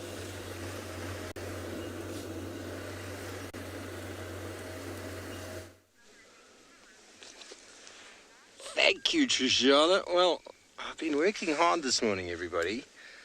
I've been working very hard, and we found Tandy's tracks.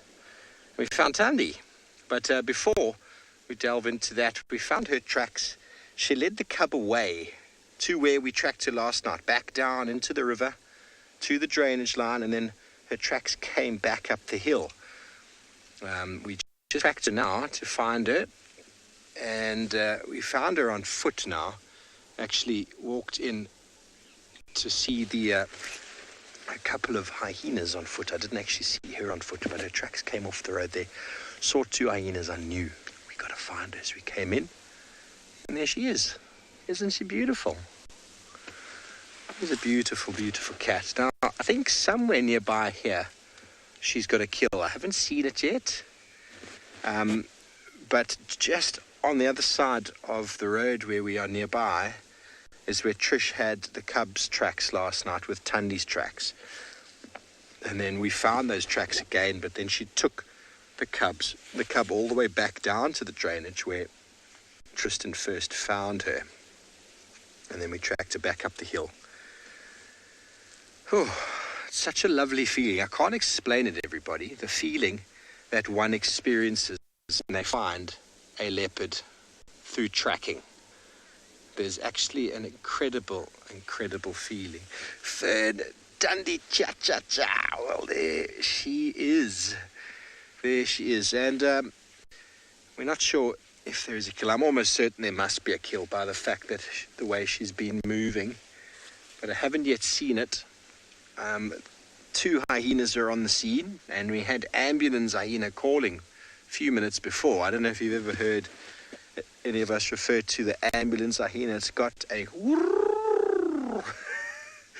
call that sounds like an ambulance. It's a very unique hyena call. And that young individual, I don't know who it is. I think it's one of the adults because it's been around since I've been here. It's trying to find the hyenas, and the other two that are here already, because they are selfish, hyenas are very selfish, didn't make a sound. They just went, we're not going to reply. We're not going to reply because we don't. If we do find meat, we're not going to share it. Well, That is awesome. That is Vanna's first leopard with us at WildEarth. Welcome.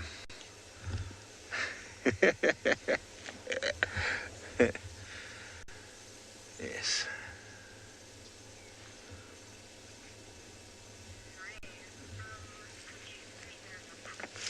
So everybody, if you have the time and the inclination, please feel free to visit the link below to support us so we can continue to bring you wonderful wild images from the African wilderness. We'd really support that. We'd really enjoy that. I'm sorry, appreciate that.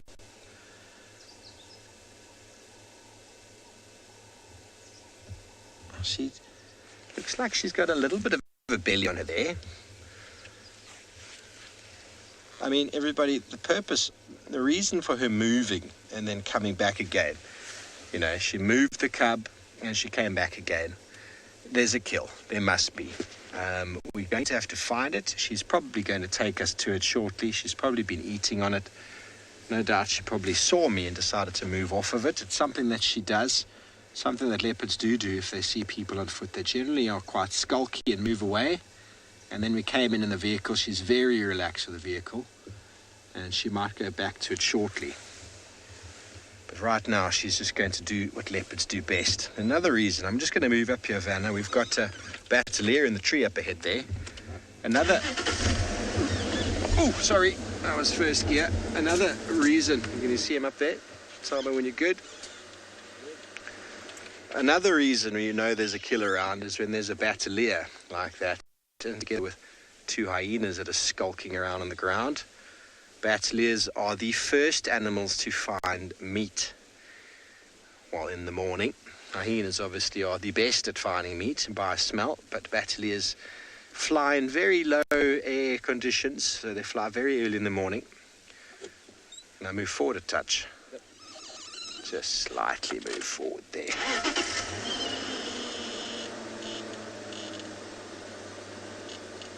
How's that? That should do.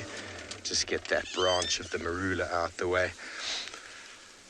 Now, when we arrived in here, we smelt something. I mean, it might have been the hyenas. It might have been Tandy. We don't know. This wonderful batelier is...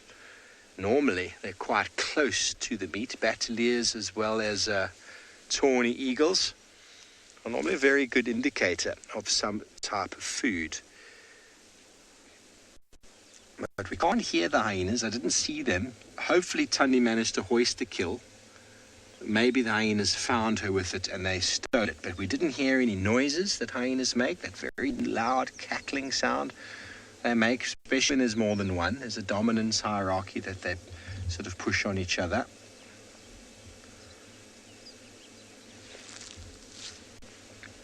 Okay, let's go back to our beautiful, beautiful leopard. The batelier is trying not to show us its face.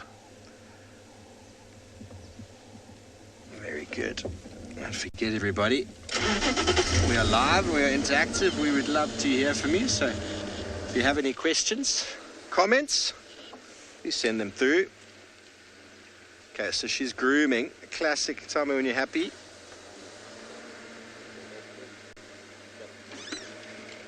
She's grooming. So the classic sort of idea that she has eaten something.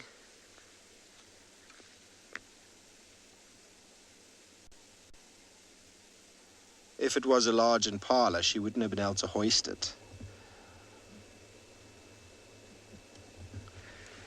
But the noises, should I say the lack of noises, to me indicates that she has hoisted. So just wait and see. We've got patience. We've been very patient this morning with our tracking. Spent quite a bit of time trying to figure out where she went to in the river, and figured out that she definitely wouldn't have been there with her cub. Oh, Tony Two Toes. My pleasure, sir. Nice surprise indeed. I'm happy to find her. You all know that we love showing you these cats. We love finding them for you ourselves, and we love putting skills to the test. And Finding lions, everybody, tracking lions is doable. You know, it's not the hardest of tracking in the world. It's entry-level tracking. But tracking a leopard down, I can tell you that takes some practice, and that makes me feel quite good inside. So I'm quite happy. I'm going to give myself a pat on the back. Seeing as Tristan's not here, someone's got to pull in the leopard tracks. But there she is, and she's not far from camp. We're only about 2-3 minutes away. The drainage line just below us here is the Rebecca's Philemon's cut line drainage line, an area that Tlalamba spent 6 months of her life, 4 or 5 months of her life 2 years ago. So it's an area that Tandy's very, very familiar with. And I was anticipating her stashing her cub in there. But bear in mind, everybody, this drainage line is less than 400, 500 meters from the Djuma den. They might have moved, but Trish suggested last night they might have moved, but where they've currently been for the last little while is less than half a kilometer, which is very nearby. Okay, well, we've got some spots in the long grass, andBeyond. Phinda has got some spots of their own.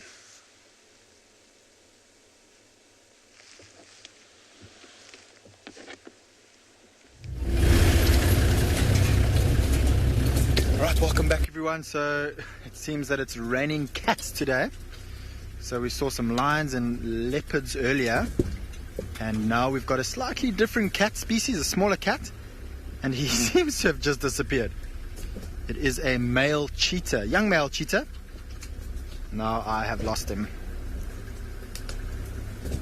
So I've got to be very careful where we're driving at the moment. There's lots of little stumps in the grass here that tends to give us flat tires if we drive over them. So I'm trying to re-find this cheetah and not drive over these stumps. He's right next to us. Good spot, Marcel. That's why we have Marcel on the vehicle.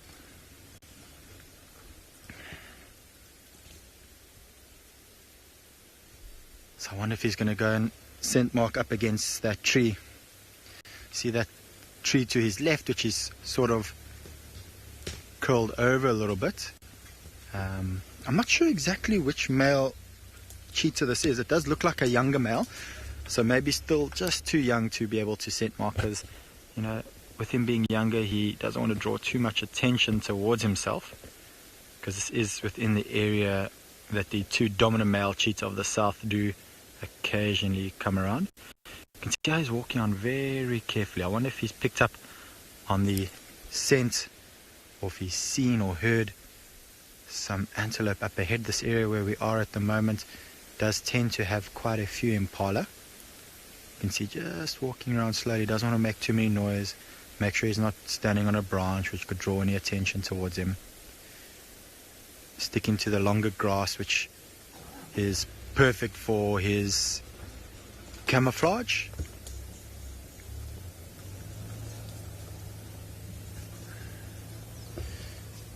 So what we will do is, if we do see that he's busy hunting, or if he's definitely spotted something, we will just have to watch from a distance. We don't want to give his position away. We want to give him as much of a chance, as well as give the antelope as much of a chance. We don't want to benefit either the cheetah or the prey that he's hunting. Oh, very nervous off-roading here. This area is renowned for giving flat tires. And we don't want to get a flat tire close to this cheetah. I'm sure we'll get visual of him soon. It is opening up a little bit up ahead. Fortunately, I did drive here earlier. You can see my vehicle track, so I know that this track that we drove on should be clear of any little sneaky branches sticking up. There he is, just in the shade of the tree. What a morning. And we've got Dewald and Liam, who were able to find him earlier and let us know that he's around. And they're busy doing some filming of their own. Right, he's going to just walk out in front of us. You see how he's dropping his head down as low as he can. And then he'll stop and look. He's using all his senses at the moment. He's got a very good sense of hearing, smell. His vision is like he's looking through binoculars. by the way he's walking, he is aware that there is something in this area. You also notice when he drops his head down, he'll even drop his ears to try avoid any sort of breaking of the outline of his silhouette. Adele, you are most certainly correct. This is one very gorgeous boy. Because he's a younger male as well, he probably hasn't been in a fight yet with any other cheetah, so he has no scarring. He's in pristine condition. He's still got a little bit of graying to get. You can see that he is a young male, just looking at the size of him, the amount of muscle that he has, the height, and the lack of scarring on his nose, on his ears. He's just stopping now to listen. There is a slight breeze coming from him towards us, and that's why he's walking in that direction, using the wind to his advantage. Looking at his belly, it doesn't look like he has eaten recently. So the last 2 or 3 days maybe he hasn't had a meal, so he's very keen now to hunt. Now I will tell you, if he continues in that exact direction that he's walking in now, for about a kilometer, he's going to walk straight into that area where the lions and the leopards were fighting earlier, and that's exactly not what he wants to do. It's a little bit worrying, but he is very aware, and I'm sure if he does get closer towards those lions and the direction that he's heading, he will smell them. Whew. Crazy morning. Sham, you'll notice as he's walking, he's flicking his head from side to side, flicking his tail, flicking his ears. That herd of buffalo that we saw earlier was not too far from where we are here. And you'll often find that buffaloes attract lots of flies. And so he's going to be irritated by those flies.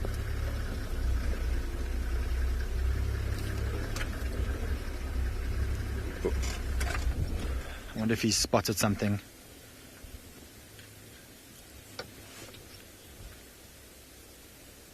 Camel pug, it's unusual for a male of this age to join up with much older males.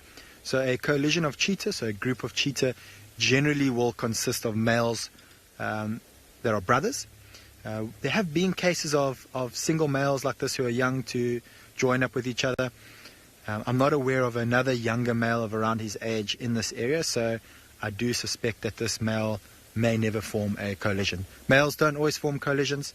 You often see them by themselves, but in other areas of the reserve you will see maybe 2, 3, and there's even been known to have in different parts of Africa 5 males in a coalition, which would be spectacular to see.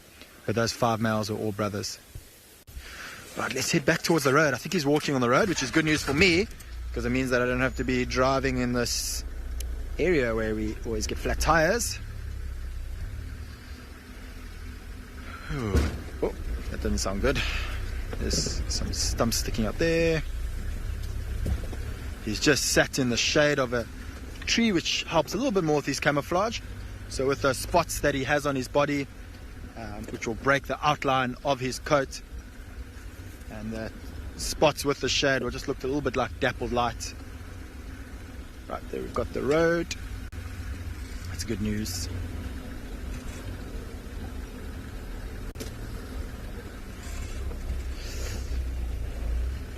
There you can see just up ahead to the left, he's just sitting off the road in the shade of that tree. Now there isn't a waterhole too close by, so there's not going to be a massive movement of antelope in this area. But if he carries on in this direction that he's heading in southwards, there's a couple of waterholes there, and he may know that, and that's why he might be heading that way, because he knows that that's where all the different types of prey species like an Ngala and Impala that I'll be hunting.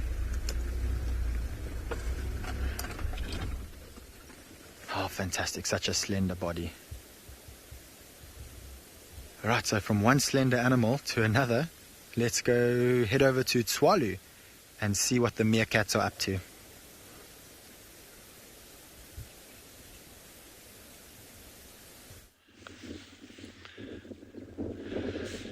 So they've just started coming out. It's very, very late this morning. Just that's because of this wind. I mean, your ambient temperature is not too bad. I think it was like 9 or 10 degrees this morning. and now we're probably sitting at 15, 16 degrees. But just this wind drops the temperature with the wind chill factor. So they've just started coming out. Meerkat habituators that they're sitting with one of the other groups that's not as relaxed as these, but they say those ones are actually still in bed. And remember, an animal this size, a little mammal this size, it loses heat very, very rapidly because they've got this very big surface area relative to body mass. So that heat transfer from them, from going from a high temperature to low temperature, which is the air, happens very, very rapidly. And that means there's a third one out now as well. That means they're losing and a fourth one, so now they're all out. So that means they lose energy super, super, super fast. So what I'm curious about now is if that number 5th meerkat, that number 5, has actually joined up with this group, yes or no. I don't think he would have, but it'll just be interesting to see. And as we mentioned the other day, Jean and I, we're not going to spend all our time with this group of meerkats. You know, we just want to give them a little bit of space. So we'll kind of maybe do it like every second day. But Rebecca will be keeping a close eye on them. So if there's any interesting developments whatsoever, she'll keep us posted, and then we can join in. So we won't be missing out on anything. Oh, you can see they're kind of like still hunkered down. They're trying to keep like getting some sun.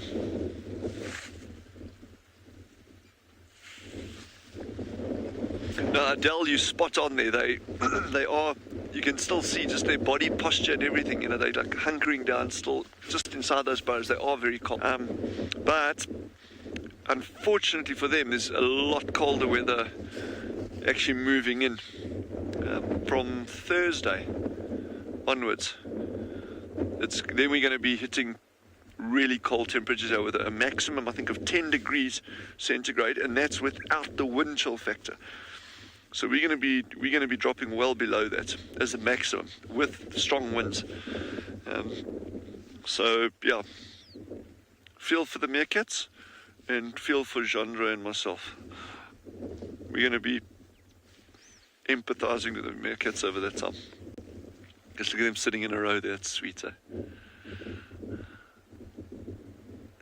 So interestingly, talking about the temperature and looking at these meerkats and body size, the other thing to remember is if you're living in an environment that is consistently cold, like the Arctic or the Antarctic, yeah, well, have a super dense coat of fur and you can stay nice and warm.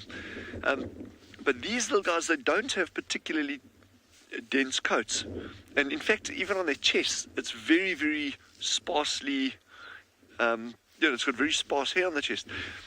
And one of the key things about that is that the environment that they live in is prone to extremely hot temperatures and extremely cold temperatures. So they need to get that balance of a coat that kind of keeps them warm, but also kind of keeps them cool. So they're relying not just on their fur to do that. They're relying in a huge way on behavioral adaptations. So getting down into the entrance of the burrow, you'll sometimes see, and those of you who've been fortunate enough to actually see meerkats in the wild, and even on film and that, you'll see that they'll do a lot of what we call dust bathing or sand bathing, and that often gets punted as, it helps with parasites and that. But what actually happens there is you'll see meerkats will often lie in the sand, and sometimes they'll actually scrape the sand beforehand.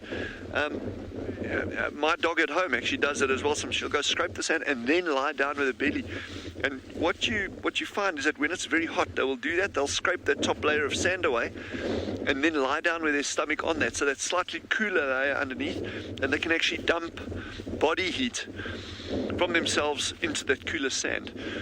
So they use, so it's not just about the fur and that, the physical adaptations. Behavioral adaptations are crucially important in terms of maintaining a constant body temperature, or a body temperature not so much being constant, but kept within a certain range that enables them to function.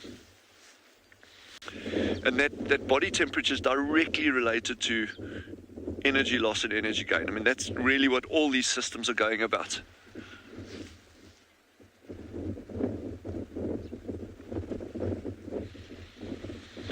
Sorry, Adina, if I understood that correct, or if I heard that question correctly, why do meerkats do not stand up while they're walking?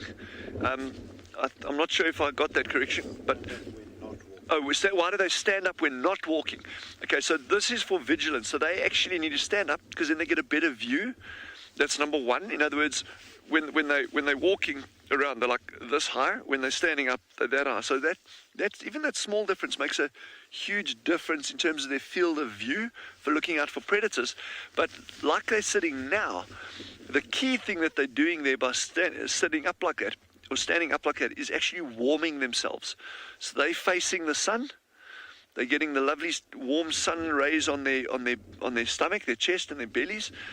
And remember I said just now that they got very, very sparse hair on their chest, and their skin is also a dark grey colour on their chest. So that actually enables them to warm up really, really quickly. So those are your two key reasons for them standing up like that, is for being able to see better, as well as, or having a better field of view, as well as getting a warmer body temperature faster. So we're just going to stick here for a little while, and but in the meantime, head over to Steve and Djuma and see what they got that side.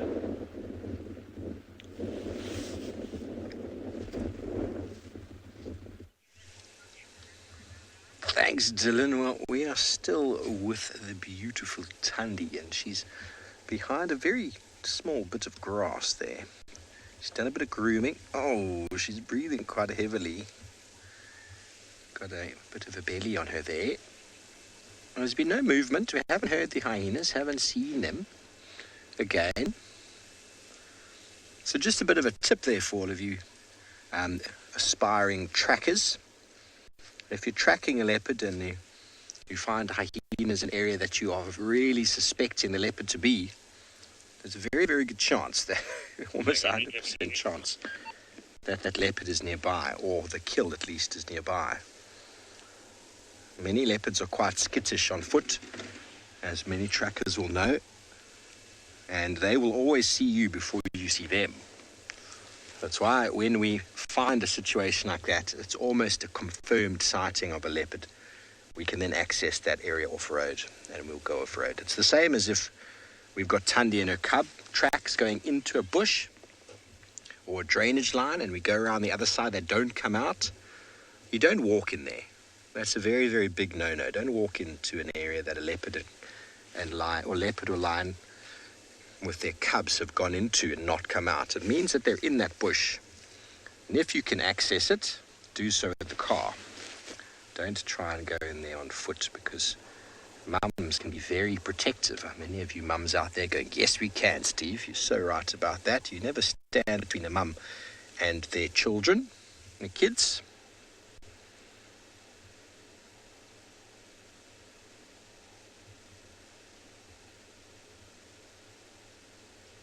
I'm just hoping that Tandy's had enough to eat, and she's going to take us to her little boy. We followed his tracks down the road with her, and we actually found where he had a little poo. And the poo looked like there was blood in it. It was a little one. So I think he's eating some meat. Hello, Leo, age 6. How often do leopards need to eat? Well, Leo, leopards will eat 2-3 times a day, 4 times a day, even 5 times a day if they've got a kill. But they can go for over 2 weeks, or up to 2 weeks, without eating. Doesn't mean that they do that. Sometimes you can find a leopard catching more than one animal at a time. They're very opportunistic. They will hunt whenever they can, even if they're full. If the energy is available, they will try catch some food. But they go through these periods of eating and resting, with some cleaning in between. And Tandy's a very, very good hunter. Okay, let's quickly send you over to a fast cat in andBeyond, Phinda, on the move.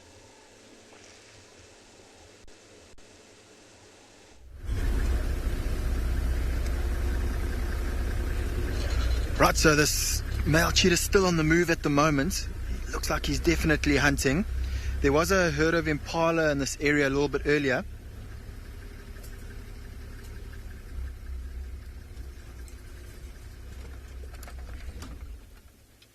So I think he's heading in the direction where we saw the impala. He may have heard them.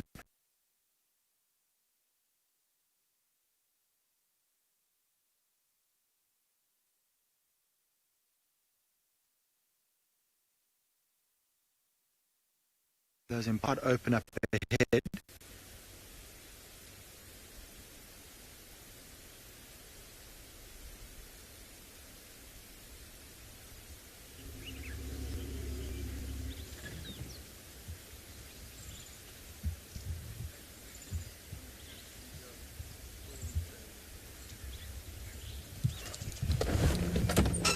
Alright, I do apologize for the technical issues. We are in an area where the signal is poor. It is part of being in the African bush, as far away from technology as possible. So I was saying earlier that there was a herd of impalas up ahead, and I think you might have heard the oxpeckers on the back of those impalas while they were busy chirping away. And that's something that would catch his attention, because he knows oxpeckers love to feed on impala. Yes, we see them on buffalo and rhinos, which he doesn't feed on, but they do feed on some of the other antelope as well. Right, so I think he's just around the bush. Let's see where he's off to. Should open up nicely up ahead, although the grass is a little bit long here, which is completely to his favor. Longer grass just means easier to hunt. It means that when he stalks, he can stalk and get much closer to those impala. Right, I do have him off to my left here. So we're just going to loop up ahead. We are on the road at the moment, and I'll just dip off the road and we should have a good view coming through here.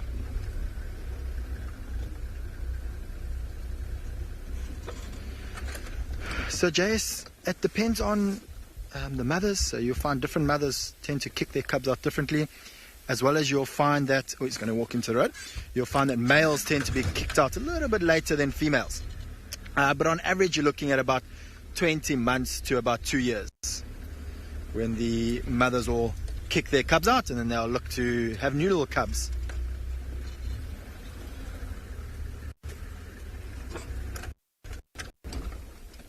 Right, he's going to walk in the road. I'm just going to reverse back just to give him some space.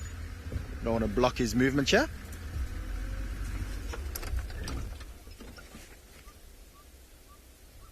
Let's see if he's going to walk past us. No, he's going to go off the road again. I think he knows that if he's walking on the road, he's a little bit more exposed. It's quite open when walking on the road. And when hunting, you do not want to be exposed. You want to use your camouflage and your surrounding habitat as much to your advantage. You'll notice that he just doesn't walk and walk and walk and walk. That would be a waste of energy and would potentially get him caught out. He'll stop and pause every 2 minutes or 3 minutes or so just to give him an opportunity to listen, smell, look around. Because if he walks aimlessly, there's quite a good chance that he may not see some prey species up ahead and he just gives his position away. Right, let's turn around.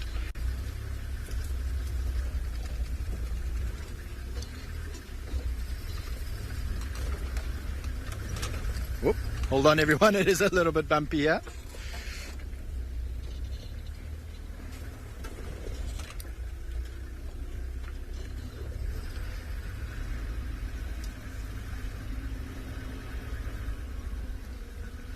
Andrew, you'll often find that brothers will stick together, and so they do interact, but normally if there's maybe a female that they're hoping to mate with, but for most parts they leave each other alone.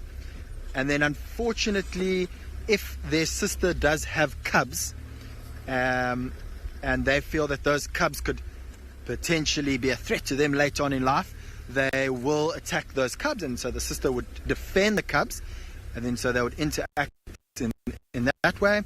And then if they come across their sister and she's made a kill, they will chase their sister off. There have been cases where males have shared kills with siblings, but that's very, very rare. For most parts, they will chase the sibling off and feed. Right, we should get a good view of him up ahead here.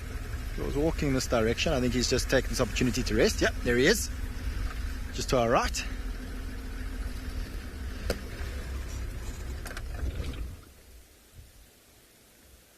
You can see while he's walking around, he's got his head down, busy smelling. He's not aware if there are other males in this area. He won't be too concerned about females, but he will be males, because all the males on Phinda are older than this male. He's the youngest of the males who are independent.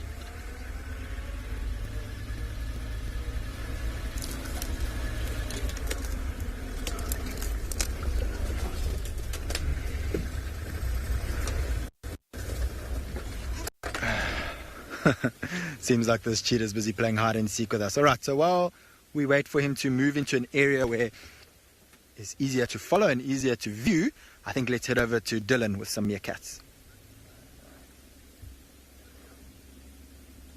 There it goes over there. So this is Sabi that's closest to us here, and unfortunately still no sign whatsoever of the two missing sub-adults. So I think Jandra and we are in total agreement that I think the badger did what badgers do, and probably actually managed to get hold of those pups and those sub-adults.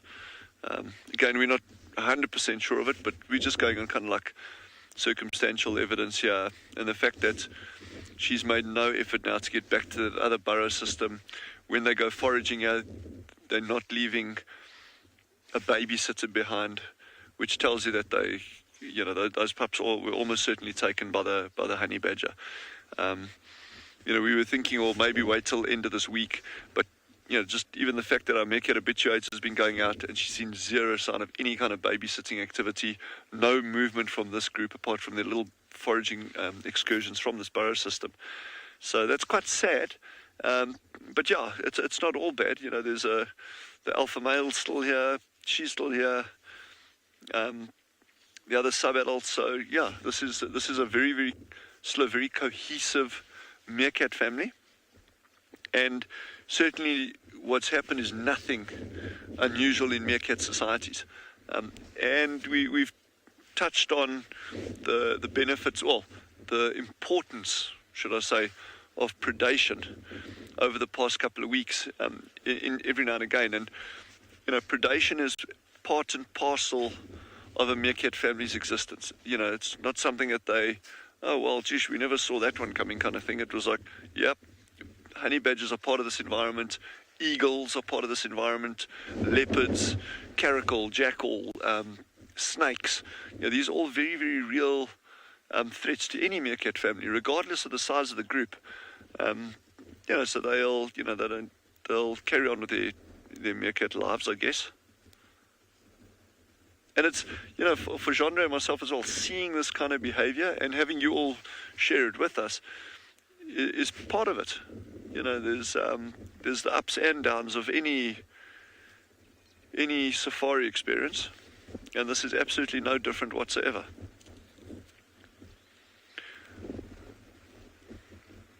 The big question now is to see how this group performs.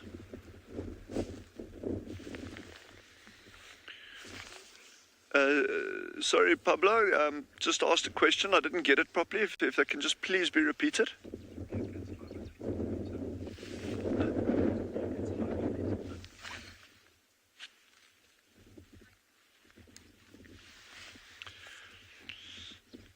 Pablo, thank you for that question. Do meerkats hibernate in winter? No, they don't.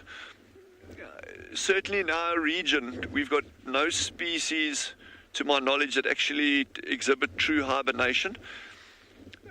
If you look at a lot of the reptiles, and I'm referring specifically now to snakes here, they can go through extended periods of inactivity in the cooler winter months.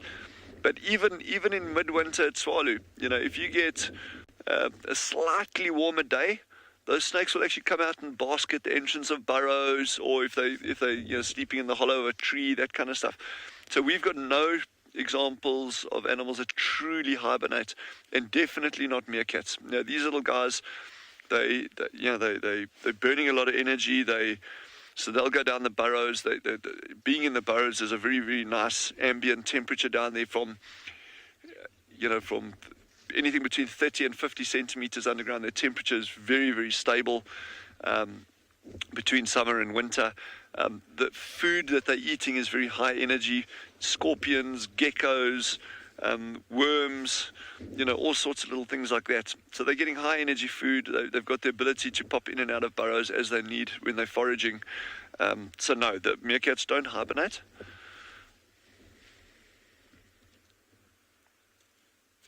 Another interesting feature about them, just while we're talking about things going underground.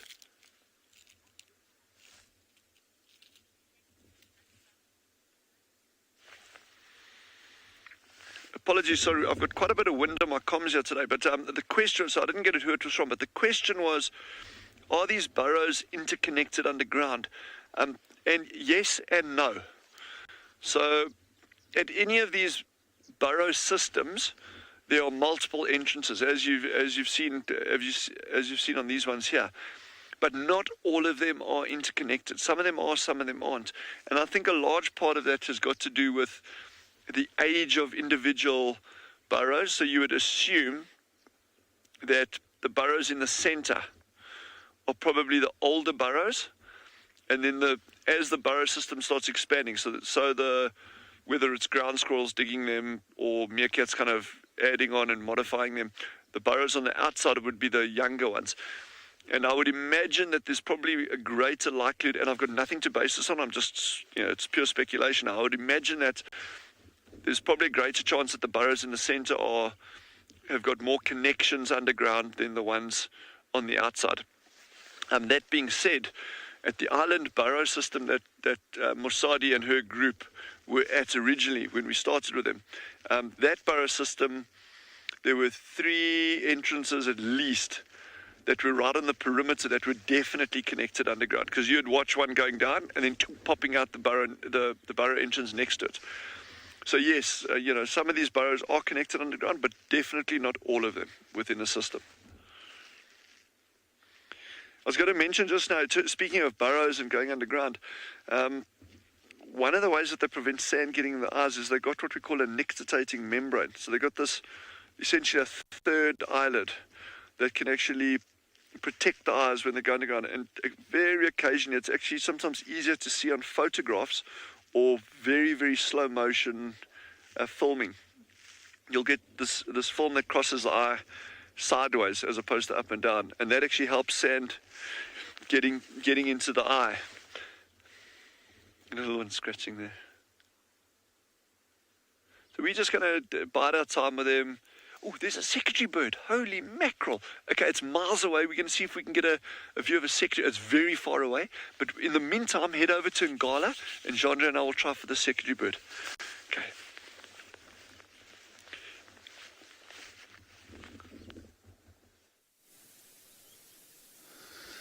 Welcome back to andBeyond and Ngala. We've just seen this beautiful elephant bull walking straight towards us, and we thought it was too good not to share. See, he's even got a very, very chipped tusk. But what we've been very interested in is he walks straight up to a knobthorn tree, which are basically the tallest trees that you can see in the background there. And he started testing to see the strength of it. So he curled his trunk up above his head, and he started pushing up against it. And Owen and I got so excited. We really, really thought that it was going to try and push one of the trees over. It tested it, and it didn't really give too much, and so it just decided to move on, and now it's settled for a much smaller tree. But those tusks, or at least the one on the right-hand side, is really nice. It's got quite a lot of girth to it, whereas this one here on the left-hand side, the one that we're seeing, is completely broken off basically. And so that could have been in a fight. He is walking straight towards another knobthorn. I might just try and move forward. If he does threaten to push it over, it doesn't look like he's moving straight towards it though. Oh, he's just teasing us. But as he crosses over, look at about halfway through his back, he's got a whole bunch of debris that he obviously flung over in an attempt to dust bath himself, and that's what's left behind. I think we'll be able to get another good view of him if I just reverse back slightly. So it's just something about, I mentioned like how male lions have got a presence when you see them. I think in many ways elephants have got an even greater presence. Ooh, we've got a nice gap here. Look, he's smelling the air. Trunk is up.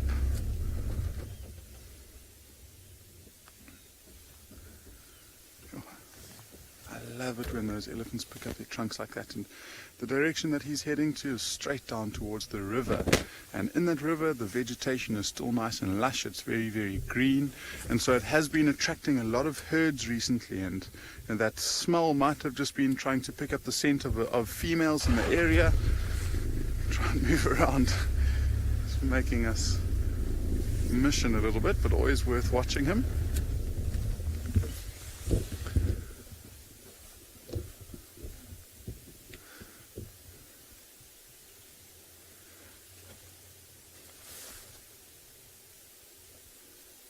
So this is probably going to be the last view we have of him. You see he's slowly feeding, but he's not stopping. He's taking bites out, which means that he is probably trying to get down to that riverbed for other females. So whilst we let him be and carry on with our morning, we're going to send you across to Phinda, where Jared has got something nice for you.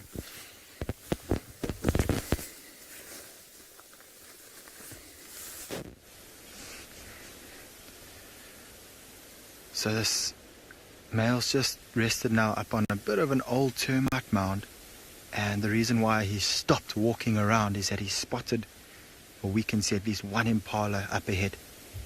And so I think he's just sitting and waiting to see what that impala is going to do. I don't think that impala's seen him yet. We haven't heard any alarm calls. It is busy feeding at the moment. I can't see it anymore. The grass is a bit long. It's looking this way. So Marcel can see it better than I can. It is busy ruminating apparently. I have no visual of this impala. But the fact that he's ruminating is probably a sign that he isn't aware of this cheetah, and he just happens to be facing this direction. The sun is coming from this way, so maybe he's just warming up in the sun and busy chewing on the cud. And this male cheetah is waiting to see his move. Now you'll notice that between this cheetah and the impala, the grass is quite short. So if he had to get up and start to stalk in that direction, he may be seen. So I think that he's just sitting and waiting and hoping that maybe that impala does move into this direction. Now you'll notice what the cheetah is doing is that while it's looking at the impala, it's pinning its ears straight backwards. So this is causing two sort of purposes. One, by pinning its ears down, hopefully the impala won't see its ears, but its ears are pointing backwards because it wants to hear if anything comes up from behind. It's really open up ahead, and so the cheetah's not worried about being surprised by a predator up ahead, but it is listening to what's behind it in case a lion or a leopard or hyena comes into this direction, or even if an impala walks up behind it, it will hear the breaking of the branch or maybe the chewing of an impala, and it will turn around and have a look at what's made that noise. So it's using what I like to call a bit of 360-degree awareness. Looking up ahead, can see what's ahead, listening to what's behind, can hear what is behind.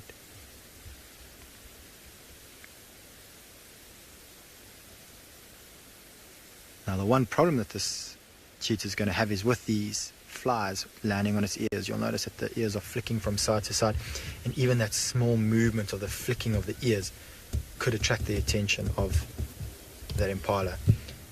Although the cheetah is very well camouflaged and it is in a bit of shade and there's a little bit of grass around it, that impala will see the ears flicking from side to side. Oh, it's just heard something off to the left. So butterfly, you're saying that the cheetah does look like it's about to pounce. Actually not. So that impala is way too far away for this cheetah to even think about pouncing, or at least running after the impala at the moment. But what it is doing is it's getting into the position ready. So if that impala does walk this way, it doesn't have to shuffle its body into the position where it's going to take off. It's basically in the starting position at the moment. And if that impala does walk into the range where this cheetah feels like it's time to go, it can go without having to shuffle into that position. So it is just waiting patiently. This is a waiting game. It could sit here for hours, not moving too much, waiting for that impala to walk this way. So Marcel, I'm not sure, can you see, is it a male or female impala? I haven't been able to see. I can just see the rear end of the impala at the moment. I just saw the impala face. So if it's a male, it means that it could only be one impala. Impalas are territorial and they have small little patches, so this could be his territory. Yep, he bolted. although male impalas do also stay in bachelor herds, and if it's a female impala, it means that there could be more impala around. Alright, so something spooked that impala, it just bolted off to the right. You can see how this male cheetah's just lifted his head a little bit to see where that impala's gone to. Now it's out of sight, so the cheetah knows that if it can't see the impala cannot see him, and that's why he's just stood up a little bit to try to see with him too. And I wonder if he's going to follow the impala. The wind isn't 100% in his favor, but you might find that he will position himself so that he's downwind. But the impala isn't alarm calling, so that should be a sign that the impala hasn't seen him, and maybe something else just spooked the impala. Sometimes you'll find that birds will flat out of the grass and just give them a bit of a fright. The grass is long there, so it may have run about 5 meters and stopped, but we can't see it. Shidika, no, an impala's eyesight isn't better than that of a cheetah. I don't know if you've ever used binoculars, Shidika, but the cheetah has vision almost like that of binoculars. They're able to really focus into something from quite a far distance away, and their ability to pick up movement is also really good. I think where the impala has the advantage is that, just like I said with the cheetah, their ability to pick up movement, that's what the impala will look out for. That little bit of movement, the flick of the ear, the flick of the tail, just the cheetah taking a step forward would be enough to gain the attention of this impala. Right, so he can't see the impala anymore, so he knows he can move straight to the direction where that impala is, and then the impala won't see him. So he's using this time to his advantage to get to that long grass that's between him and the impala, and then maybe he will stalk and try to get a little bit closer before he runs. So we're going to keep a bit of a distance. I don't want to cause that impala to look this way. You see how he went straight for the shape. Oh, the impala I think's just seen him. Let's listen. There we go. Can you hear that? So I don't know if they've smelt him or seen him. I think he was a little bit too eager. He ran a little bit too quickly and gave his position away. It's incredible. We can't see the impala, so the impala must just be able to see through that long grass to be able to see him. And I don't think he was aware that it was a herd. I can see that now there's quite a few impala around, now that they've started alarming. So he was focusing just on that one impala, and there's some more impala that are alarming to his left that I don't think he knew about. So when he ran into the open, he didn't see them, so he thought, they can't see me.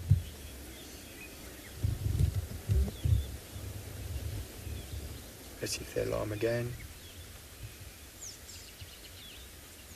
Now it's not a very rapid alarm. So I wonder if they've smelt him and instead of seeing him. Often when impala smell a predator, they'll alarm once or twice and then stop. But if they see the predator, or if they see this cheetah, they're going to start alarming rapidly, and all of them together. Doesn't look like they've run off. So if this cheetah does well, he'll just sit and wait, and then hopefully the impala will forget that he was around, and that'll give him another opportunity to have a second attempt and busy hunting them.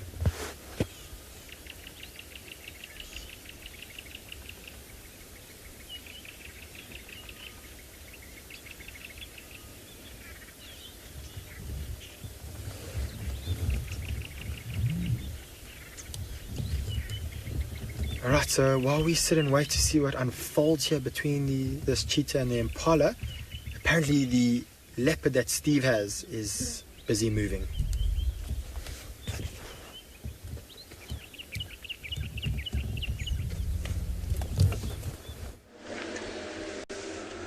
Sorry about that, everybody. She's just behind our car. She is busy.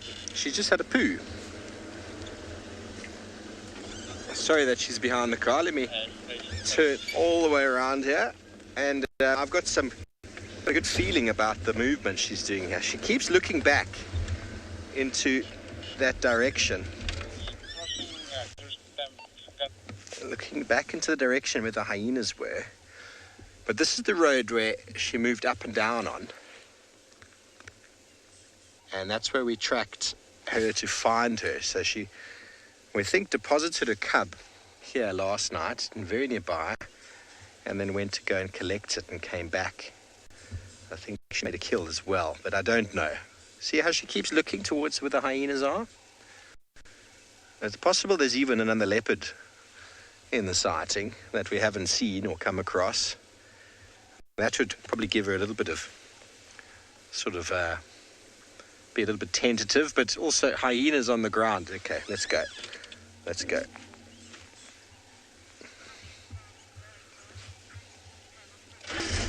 Moi Noi, she does seem to have a full tummy, and that is the third poo in a very short space of time. Not that we saw her have any of the other poos, but the other ones were quite... Woo! You don't want to smell it, I can guarantee you that. Okay, she's going directly in to where we tracked her. Let's see if I can see her. Don't give us the slip, Tandy. We don't want you to slip. Don't see her, do you? No. Yeah, she's just here. She's going right back towards where we saw her initially with those hyena. She's going to come around, actually.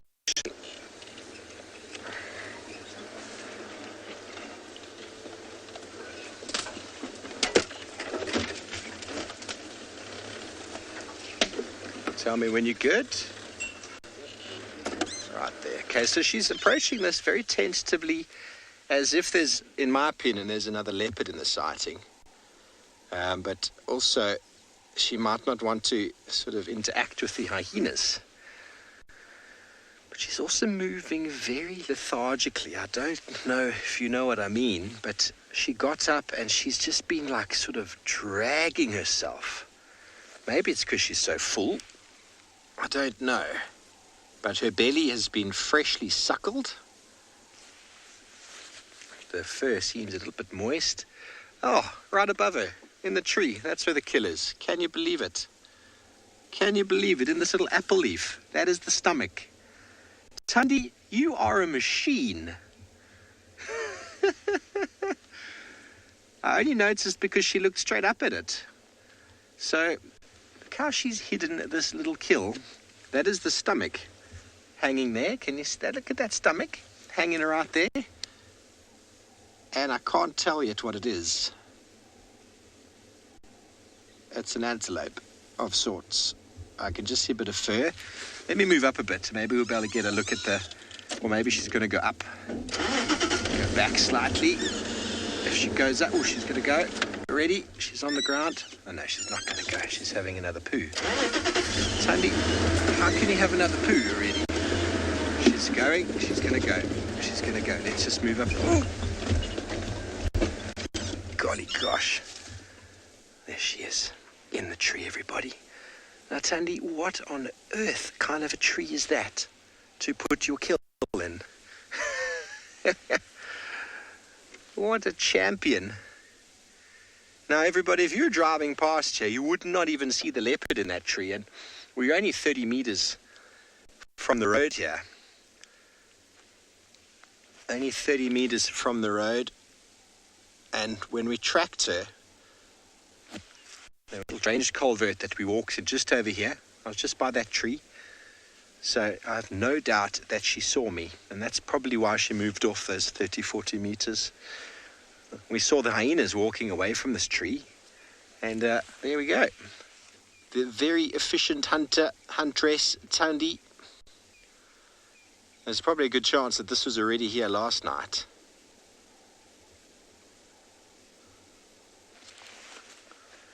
Still can't quite make out what kill it is. So I'm going to move a little bit to the right here, Anna.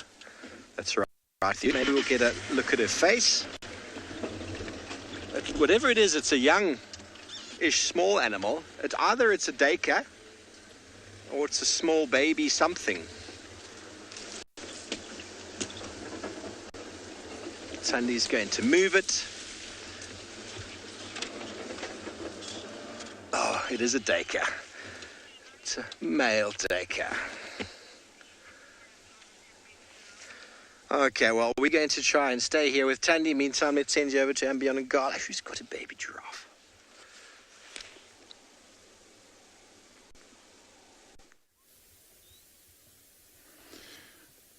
So we might not be here for too long. I know there's lots of exciting things happening on other reserves, but we just came across this really, really tiny giraffe, and we thought we'd have to share it with you. And just look at the way that it's walking.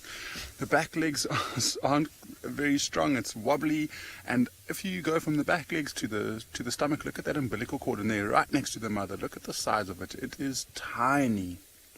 It's probably only a day or two old, and look, the mother's giving it some tender love. It's actually drinking now, which is really, really cool.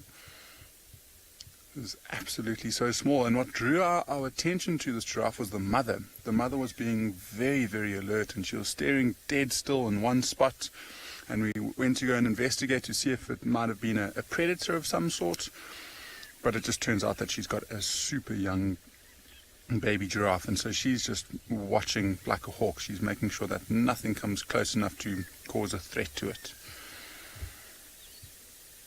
I'd love for that giraffe to pick up its head and show you. So we noticed that the ossicones, or the horns on top of the youngster's head, haven't fused to the skull yet, so they're growing upright at the moment, but they're in different angles, which gives it quite a lot of character to the face. You see that?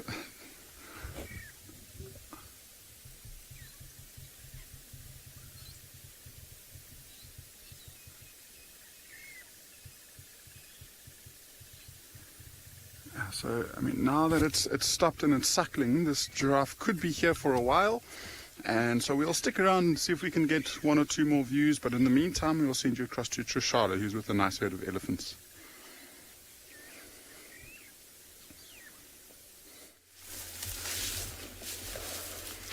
Suckling sounds great. That was what I was expecting to see here at the hyena den. Instead, we have a herd of ellies that have been all over the mound. So I think we can be quite sure that Ruben has moved her cubs.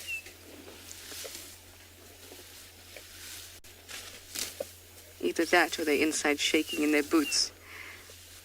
But I doubt it. We've come 3 times now. I have seen a few tracks.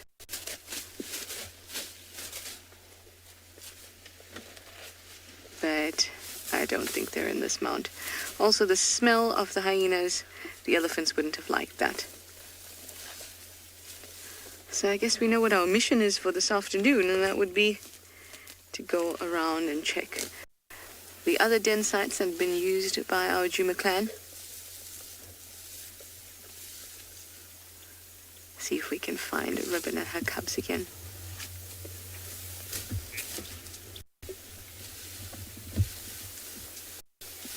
Well, this was quite a surprise, I must admit. They were all over that mound. This one almost put its foot into that mound.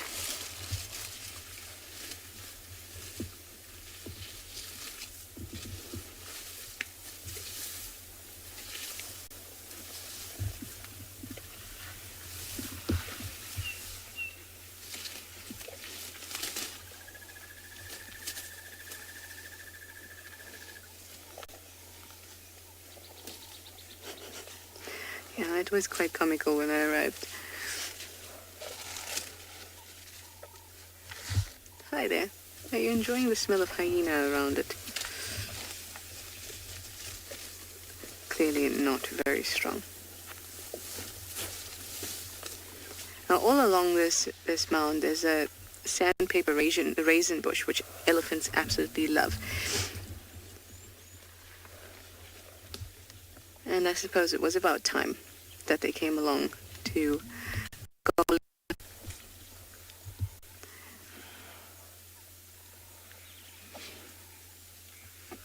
I'm actually going to check along this little 2-track that runs between Philemon's Cutline and Treehouse Dam, because there were a number of other mounds that could be used as dens. So I'm going to check those out. I have checked the one that's a little bit further east of this den. I didn't see any tracks or scrapes or little wet patches, so I don't think that one's active either.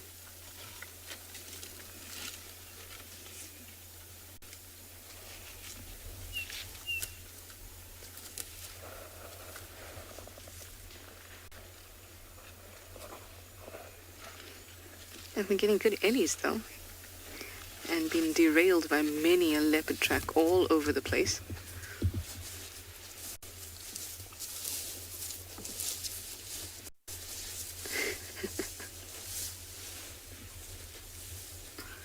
Anushka, you'd like to know where I think Ribbon has moved her cubs? Which den? I mean, there's a number of possibilities, but I did hear whooping when we were in the east. And there is Gwen's old den in the east on the fire break, so I want to check that out. I'm gonna check Gallagher, I'm gonna check Aubrey's. I checked the ones that are along here. I didn't see any activity. But yeah, we're just gonna have to keep on looking. Yay! Steve has a hyena that's now come to Tandy's kill, so let's go over and see who it is.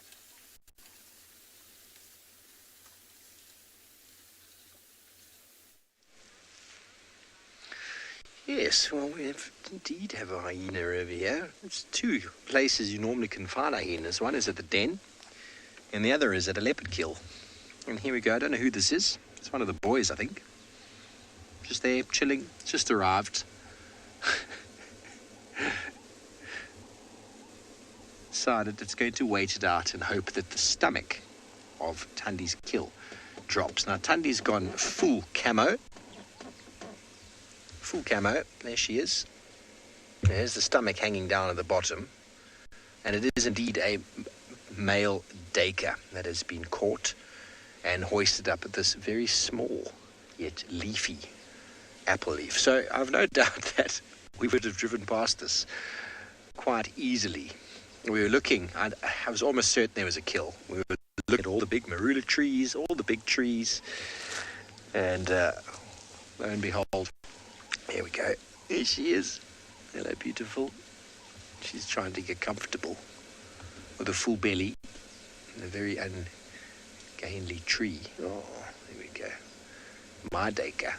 No one else's daker but hers. So she must have made the kill of this daker last night and then decided, because obviously the hyenas are going to come and the cub wouldn't have been very secure in this area, she decided to take it back to an area of familiarity, and then she returned. So that's what the tracks told us. We read them and we found her. So I'm very excited about that. And there's still a little bit of meat on this daker. Oh, look at that. That is beautiful. That is beautiful. There's still a little bit of meat left. So she might be here this afternoon. She might also go to her cub at some stage. So her lethargic walking around was one of a food coma.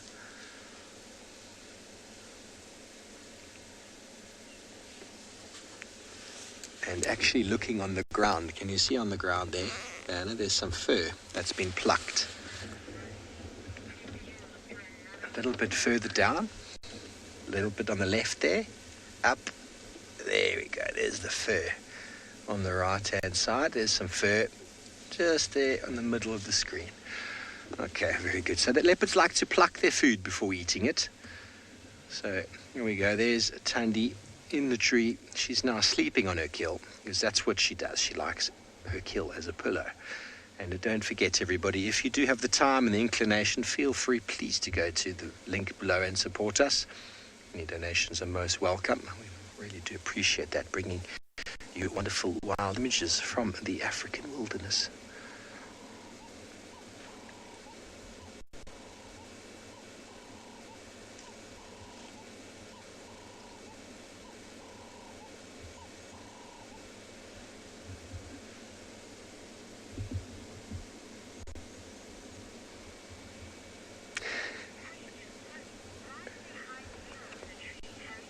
Hello, Harry. You want to know why they hide their kill in a tree? Well, it's not necessarily being hidden in the tree. This one's being hidden, of course, because the tree doesn't really allow it to be seen. But if we have a look at this individual on the ground in front of us on the right, Harry, you want to know why leopards will take the kill of a tree? it's because of these fellows. Now, hyenas will pick up the smell of a leopard kill very quickly, and they will come and steal it. And that hyena, most hyenas are, for the most part, more powerful and have a stronger bite force than a female leopard. And they will, if a kill's on the ground, have the potential to steal it. Now, every hyena is different. Every hyena has a different relationship with each leopard. But leopards have evolved to take their kills up trees. A leopard can't consume an entire duiker or an impala in one sitting. So if they want to look after it and keep it so that they don't have to hunt, because every time they hunt is energy. So if they're able to take a kill up a tree and feed it for 2-3 days, that means that they save themselves a lot of energy. Whereas if it's on the ground, like what happens with cheetah never hoist their kill. Cheetah quite often have a kill for 15 minutes, maybe an hour, and it gets stolen all the time. Cheetah are very unlucky with regards to that, and that's why they have to hunt more. That's why they've become very specialist hunters, because they need to eat. Leopard's speciality is also stealing, but the ability to take it up a tree. That also protects it against lions, but in this case, a lion would probably be able to grab at this. But if a lion came along, Tandy would just disappear. She would vanish. She might go right to the top of this apple leaf tree, or she might run away, because she knows that she'll have a very hard time against a lion. But at 2 meters off the ground, hyena's got no chance. But this hyena's being very patient, because it knows when she starts feeding again, the duiker's going to start breaking up, and that stomach or any other part that might fall down, the hyena will thoroughly enjoy. Breakfast of champions. Now, you can't smell it from where you are, but where we're sitting, the smell of this kill is quite something, and that hyena would have picked that smell up, and that's generally how they find kills. Many of the hyenas we have here actually smell and track our leopards with their nose. I wish I had a nose like a hyena to track the leopards. I wouldn't have to look at the tracks and at the ground as much. But I don't. I don't have a nose like a hyena, so we have to use our eyes. But that's okay. When you're right behind a leopard, you can actually smell them. A lion, a leopard, or a hyena that's been lying on the ground, if you smell it, it's got a very bad smell.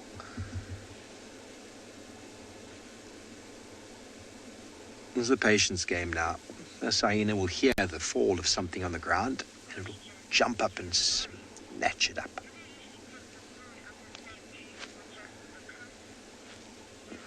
Hello, you, Laurie. The leopards sometimes use the same tree. It all depends on where they are. They generally have specific trees that they choose, like marula trees are ideal trees for leopards. It's just there's lots of room and lots of space, but many trees are utilized, but it's generally the closest acceptable tree is chosen. Now, this tree here is okay. It's not the tree I would have thought she would have chosen, but I mean, with the duiker, she could have dragged it a little bit further away. With a bigger kill, or a bigger animal, like a female impala, it requires a lot of energy to drag it somewhere. But it's generally the closest acceptable tree. Like, you don't find them going up knob thorns. Knob thorns are inaccessible. Or buffalo thorns. The thorns themselves make it very difficult to get up. So they don't choose those. So generally nice, comfortable trees. In summer, they often use nice shady trees. But a tree that they can easily climb up, that's high enough to get away from hyenas, and also lions. Lions struggle to climb up big, tall trees. It's not necessarily the going up, but the coming down. But, you know, sometimes we find Tandy in the same tree.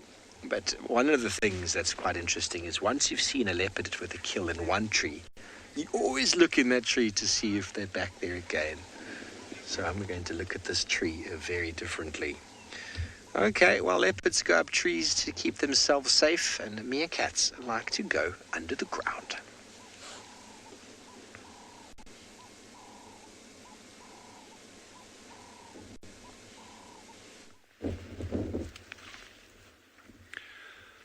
So it's still very nippy out here. And the wind is definitely not abating at all. It's actually picking up somewhat. But these meerkats have been sunning themselves the whole time now, doing very, very little burrow maintenance. And it seems they're about to head out foraging. The one sitting closest to Jandre now, at about 6-7 yards, was just starting to scratch in the ground over there. So they're very, very close, I think, to moving off. But still super alert. There's something, and I don't know what it is, we can't see, we've tried to see. There's something down towards the south, in the direction that those two are looking. Musadi, that one that's just turned her head facing Jandre now, that's the adult female. And we had a very super brief glimpse of a secretary bird in the far distance. We tried to get another sighting, but we couldn't, unfortunately. So they wouldn't pose a threat to meerkats. You know, it's not impossible that they could catch a youngster if it was out in the open, but very, very, very unlikely.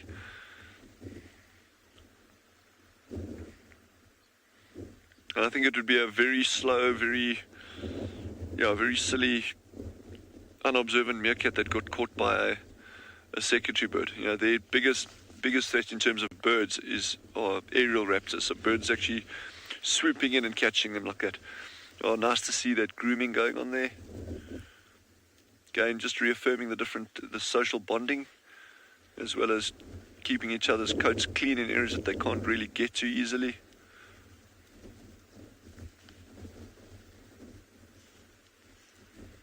So what we've seen, and again, maybe it's purely anecdotal, is that we've been seeing a lot more of this social grooming going on since the what we call the badger incident, and that they've moved down to this burrow system over here. Whereas prior to that, there was a tiny bit of it, but very, very little. But once that whole badger incident taken place and they relocated down here, every morning we're seeing this. You know, they're coming out. There's like really important social bonding going on there.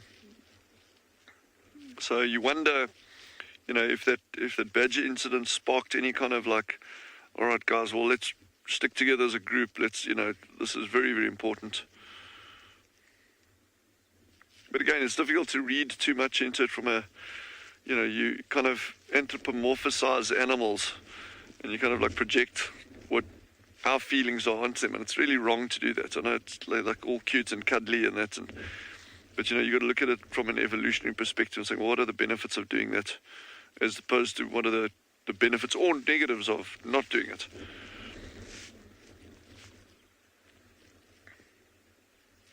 But they're slowly going to move. They're going to move away from the burrow soon.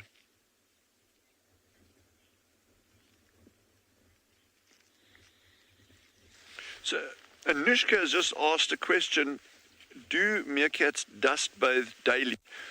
And if you had to follow a group of meerkats, you would probably see them dust bathing almost every single day. It's a lot more noticeable in the summer months when it's very, very hot. We were chatting earlier about it, and some of you may have been on already then, when we were talking about the importance of dust bathing in terms of temperature regulation, where if it's very, very hot, they'll actually scrape a bit of sand away and then lie down with their bellies in the cool sand. And you can see how sparse the fur is on the bellies. So by you're scraping away that hot layer, even if it's in the shaded bushes, I'll scrape away that hot layer of sand and then stretch out with their bellies on that cool sand to dump heat. So dust bathing can take place at any time, but you see it particularly prevalent during the very hot summer months. See how they slowly move further and further away from the burrow. So they started off kind of in the center here, and now they're like right on the edge of the main burrow system, at these burrows right on the edge. And there's one even further across to Jandre's right now. That's part of the burrow system, but it can almost be termed a bolt hole. And again, we took a bet this morning as to which direction they were going to go, and we were both wrong.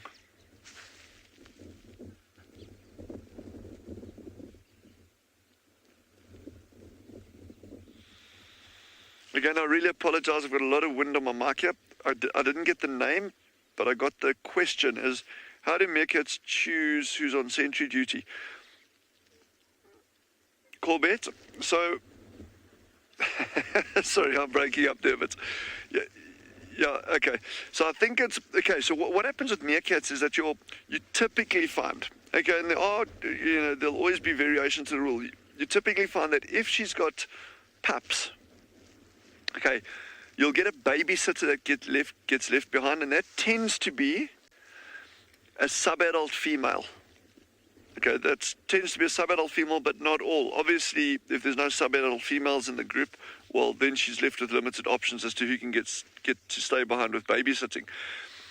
In terms of sentry duty when they're out foraging, okay, that tends to be adult males. That tends to be subadult. Again, one of the lines of thinking there is that the moment you're on sentry duty, when you're standing up, you actually often put yourself in a vulnerable position.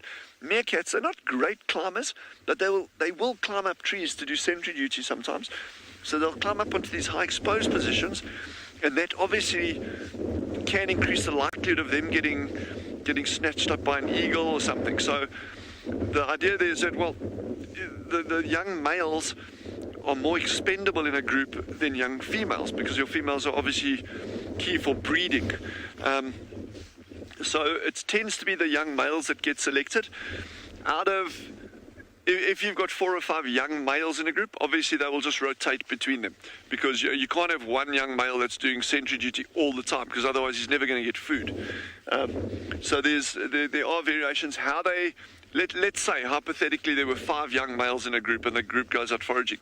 How they decide which one of those 5 takes the first shift, and then who takes the next one and the next one, that I don't know. I think I'd have to learn really to speak meerkat very, very well, which I can't. But yeah, so that's a very interesting question. You know, in terms of we know it's mostly young males that do sentry duty when they're foraging.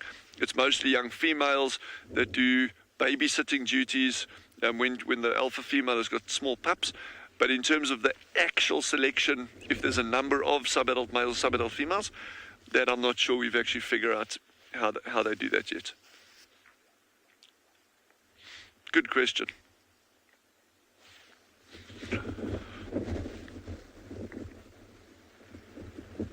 So in the meantime, I think head back to andBeyond in Ngala and see what they've got for you on that side. Chandra.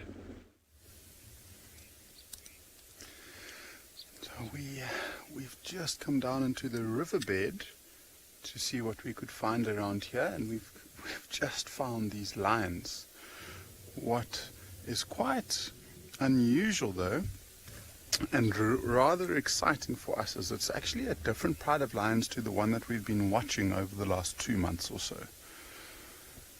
And so myself and Owen have just taken the last 5 minutes to try and put the puzzle pieces together and try and figure out exactly which pride of lions this is and how many there are in this pride. And so far, we see this one down over here, so that's a young female, so it looks like it's a little cub. If you look at the legs, very, very spotty, and so probably around maybe about a year to a year and a half. And then if we pan slightly further to the right, we'll see another lion who's taking out his hunger pains on a stick. And if you look at that, exactly the same markings around the feet, but then if you look at the face, very, very hairy. And so it looks like those two could potentially be part of the same litter. So we've got one young female, one young male. There's another male that's slightly bigger, slightly further to the right. Not a very good view in the grass there, but if you look at the top of its head, you might just be able to see that slightly mohawk style. He looks a little bit older, maybe in the region of about 2 years old. And so we've got 4 lions in total. We did see an adult female walking in the direction, or the opposite direction to where this one's looking. And the way that they're looking there could potentially be more lions. And it's rather quite fascinating, because this is exactly the last spot where we saw that pride of lions, the Birmingham Pride. cross out of Ngala into the bigger Kruger National Park on the east, and these ones have come pretty much in exactly the same spot. Oh, cool. Owen's just spotted another one that he'll get us a view of. Again, through the reeds, so we haven't really been able to see it too well. So, I mean, if we kind of look back over the last 10 years at the different dynamics within Ngala and within the lions, we used to see a pride. This was way before my time, so I mean, I don't know the full ins and outs of the pride, but there was a pride that used to come into the eastern part of the reserve and used to hang around tented camp, and they called the Squirrel Pride, and this could potentially be them. In my time here of just around 2 years, I've only seen them once, and so I think, you know, since the Birmingham Pride has moved into this area, they're much bigger. They're quite a fearsome pride to try and challenge for territory, and so, you know, this pride was more than likely pushed further and further east. So they might just be doing a loop within their home range, but still really, really cool to see a different pride of lions. And I'm really quite enjoying trying to put all of the puzzle pieces together. So we've got 5 lions in total. We mentioned that we did see one adult female that walked from right to left, so like I said, in the opposite direction that lion in frame is facing. But the way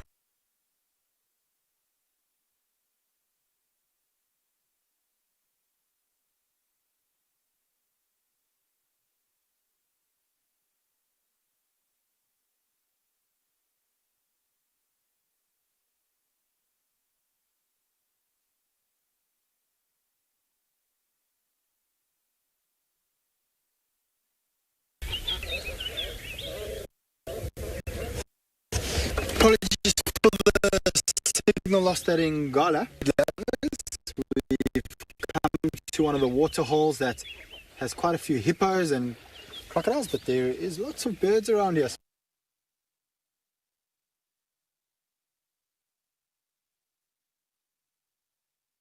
Eat over there. All right, so let's start from left to right, Marcel. So you'll see that the one that's busy pruning itself at the moment is a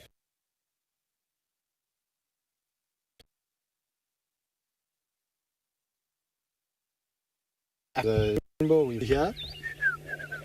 Oh, that was a terrible attempt at their call. I do apologize.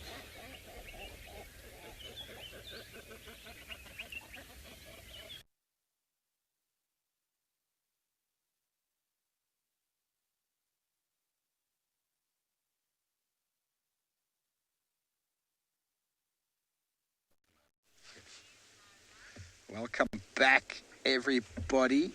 Sorry about any technical issues that happened there. I'm not sure what happened there. But you are back with us, and Tandy looking so regal in the tree. Looking so magnificent as she sleeps in her apple leaf tree. I would not know she's there, everybody. From the road, you would not see her. This is not the tree I was expecting to find a kill in. The entire time we've been with her, she's been looking in this direction. Vanna even commented she's looking at this direction, but we couldn't see the hyenas. A leopard will always look in the direction of the kill she's got. So, as an example, Vanna can show you the tree in the background to reiterate on that question before. There we go. There's a nice marula tree. A big one there. That's the kind of tree you expect to find a leopard taking a kill into. Nice, big, soft branches, lots of purchase, lots of area to move in. This tree here is a lot less sort of accessible. She's even broken a number of branches to get into it. But at least it'll provide her with some shade. And how on earth a Battalier eagle was able to notice there was a kill here just goes to show you how good their eyesight is. Or maybe our Battaliers are following these naughty little hyenas that we see. And thanks to one of the viewers who've commented back to tell me that this hyena is indeed Comet. He's one of the male hyenas of the Djuma clan.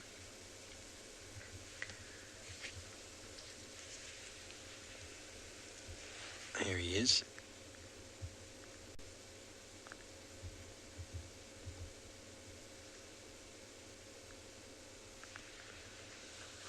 sleeping. It's a sleep-off between the two of them now.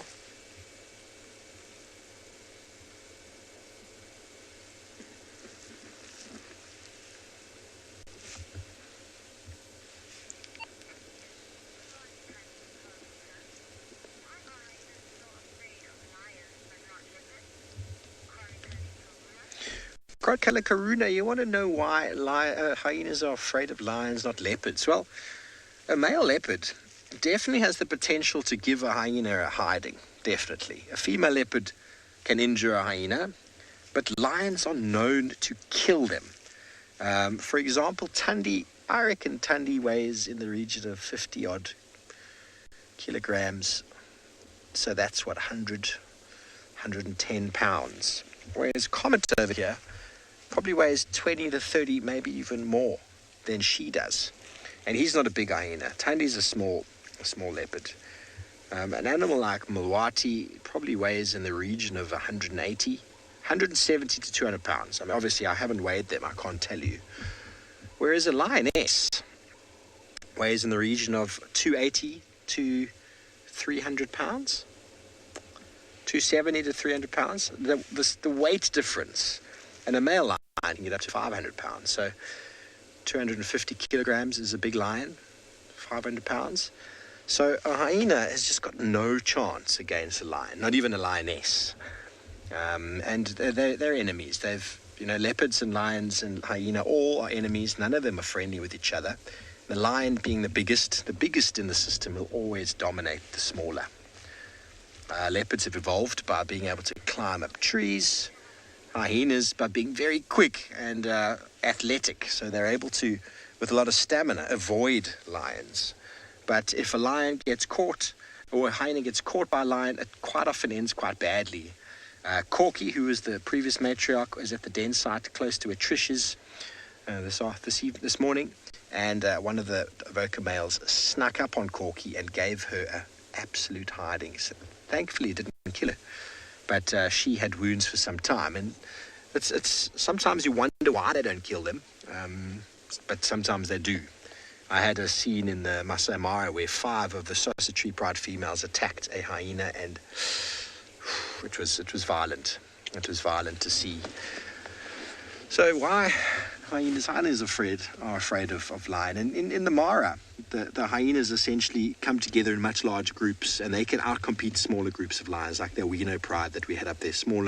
Much smaller pride, clans of 70 hyenas, numbers. It's a numbers game versus a weight game. So leopards are always on their own. Hyenas can be on their own, as they are generally here in Djuma.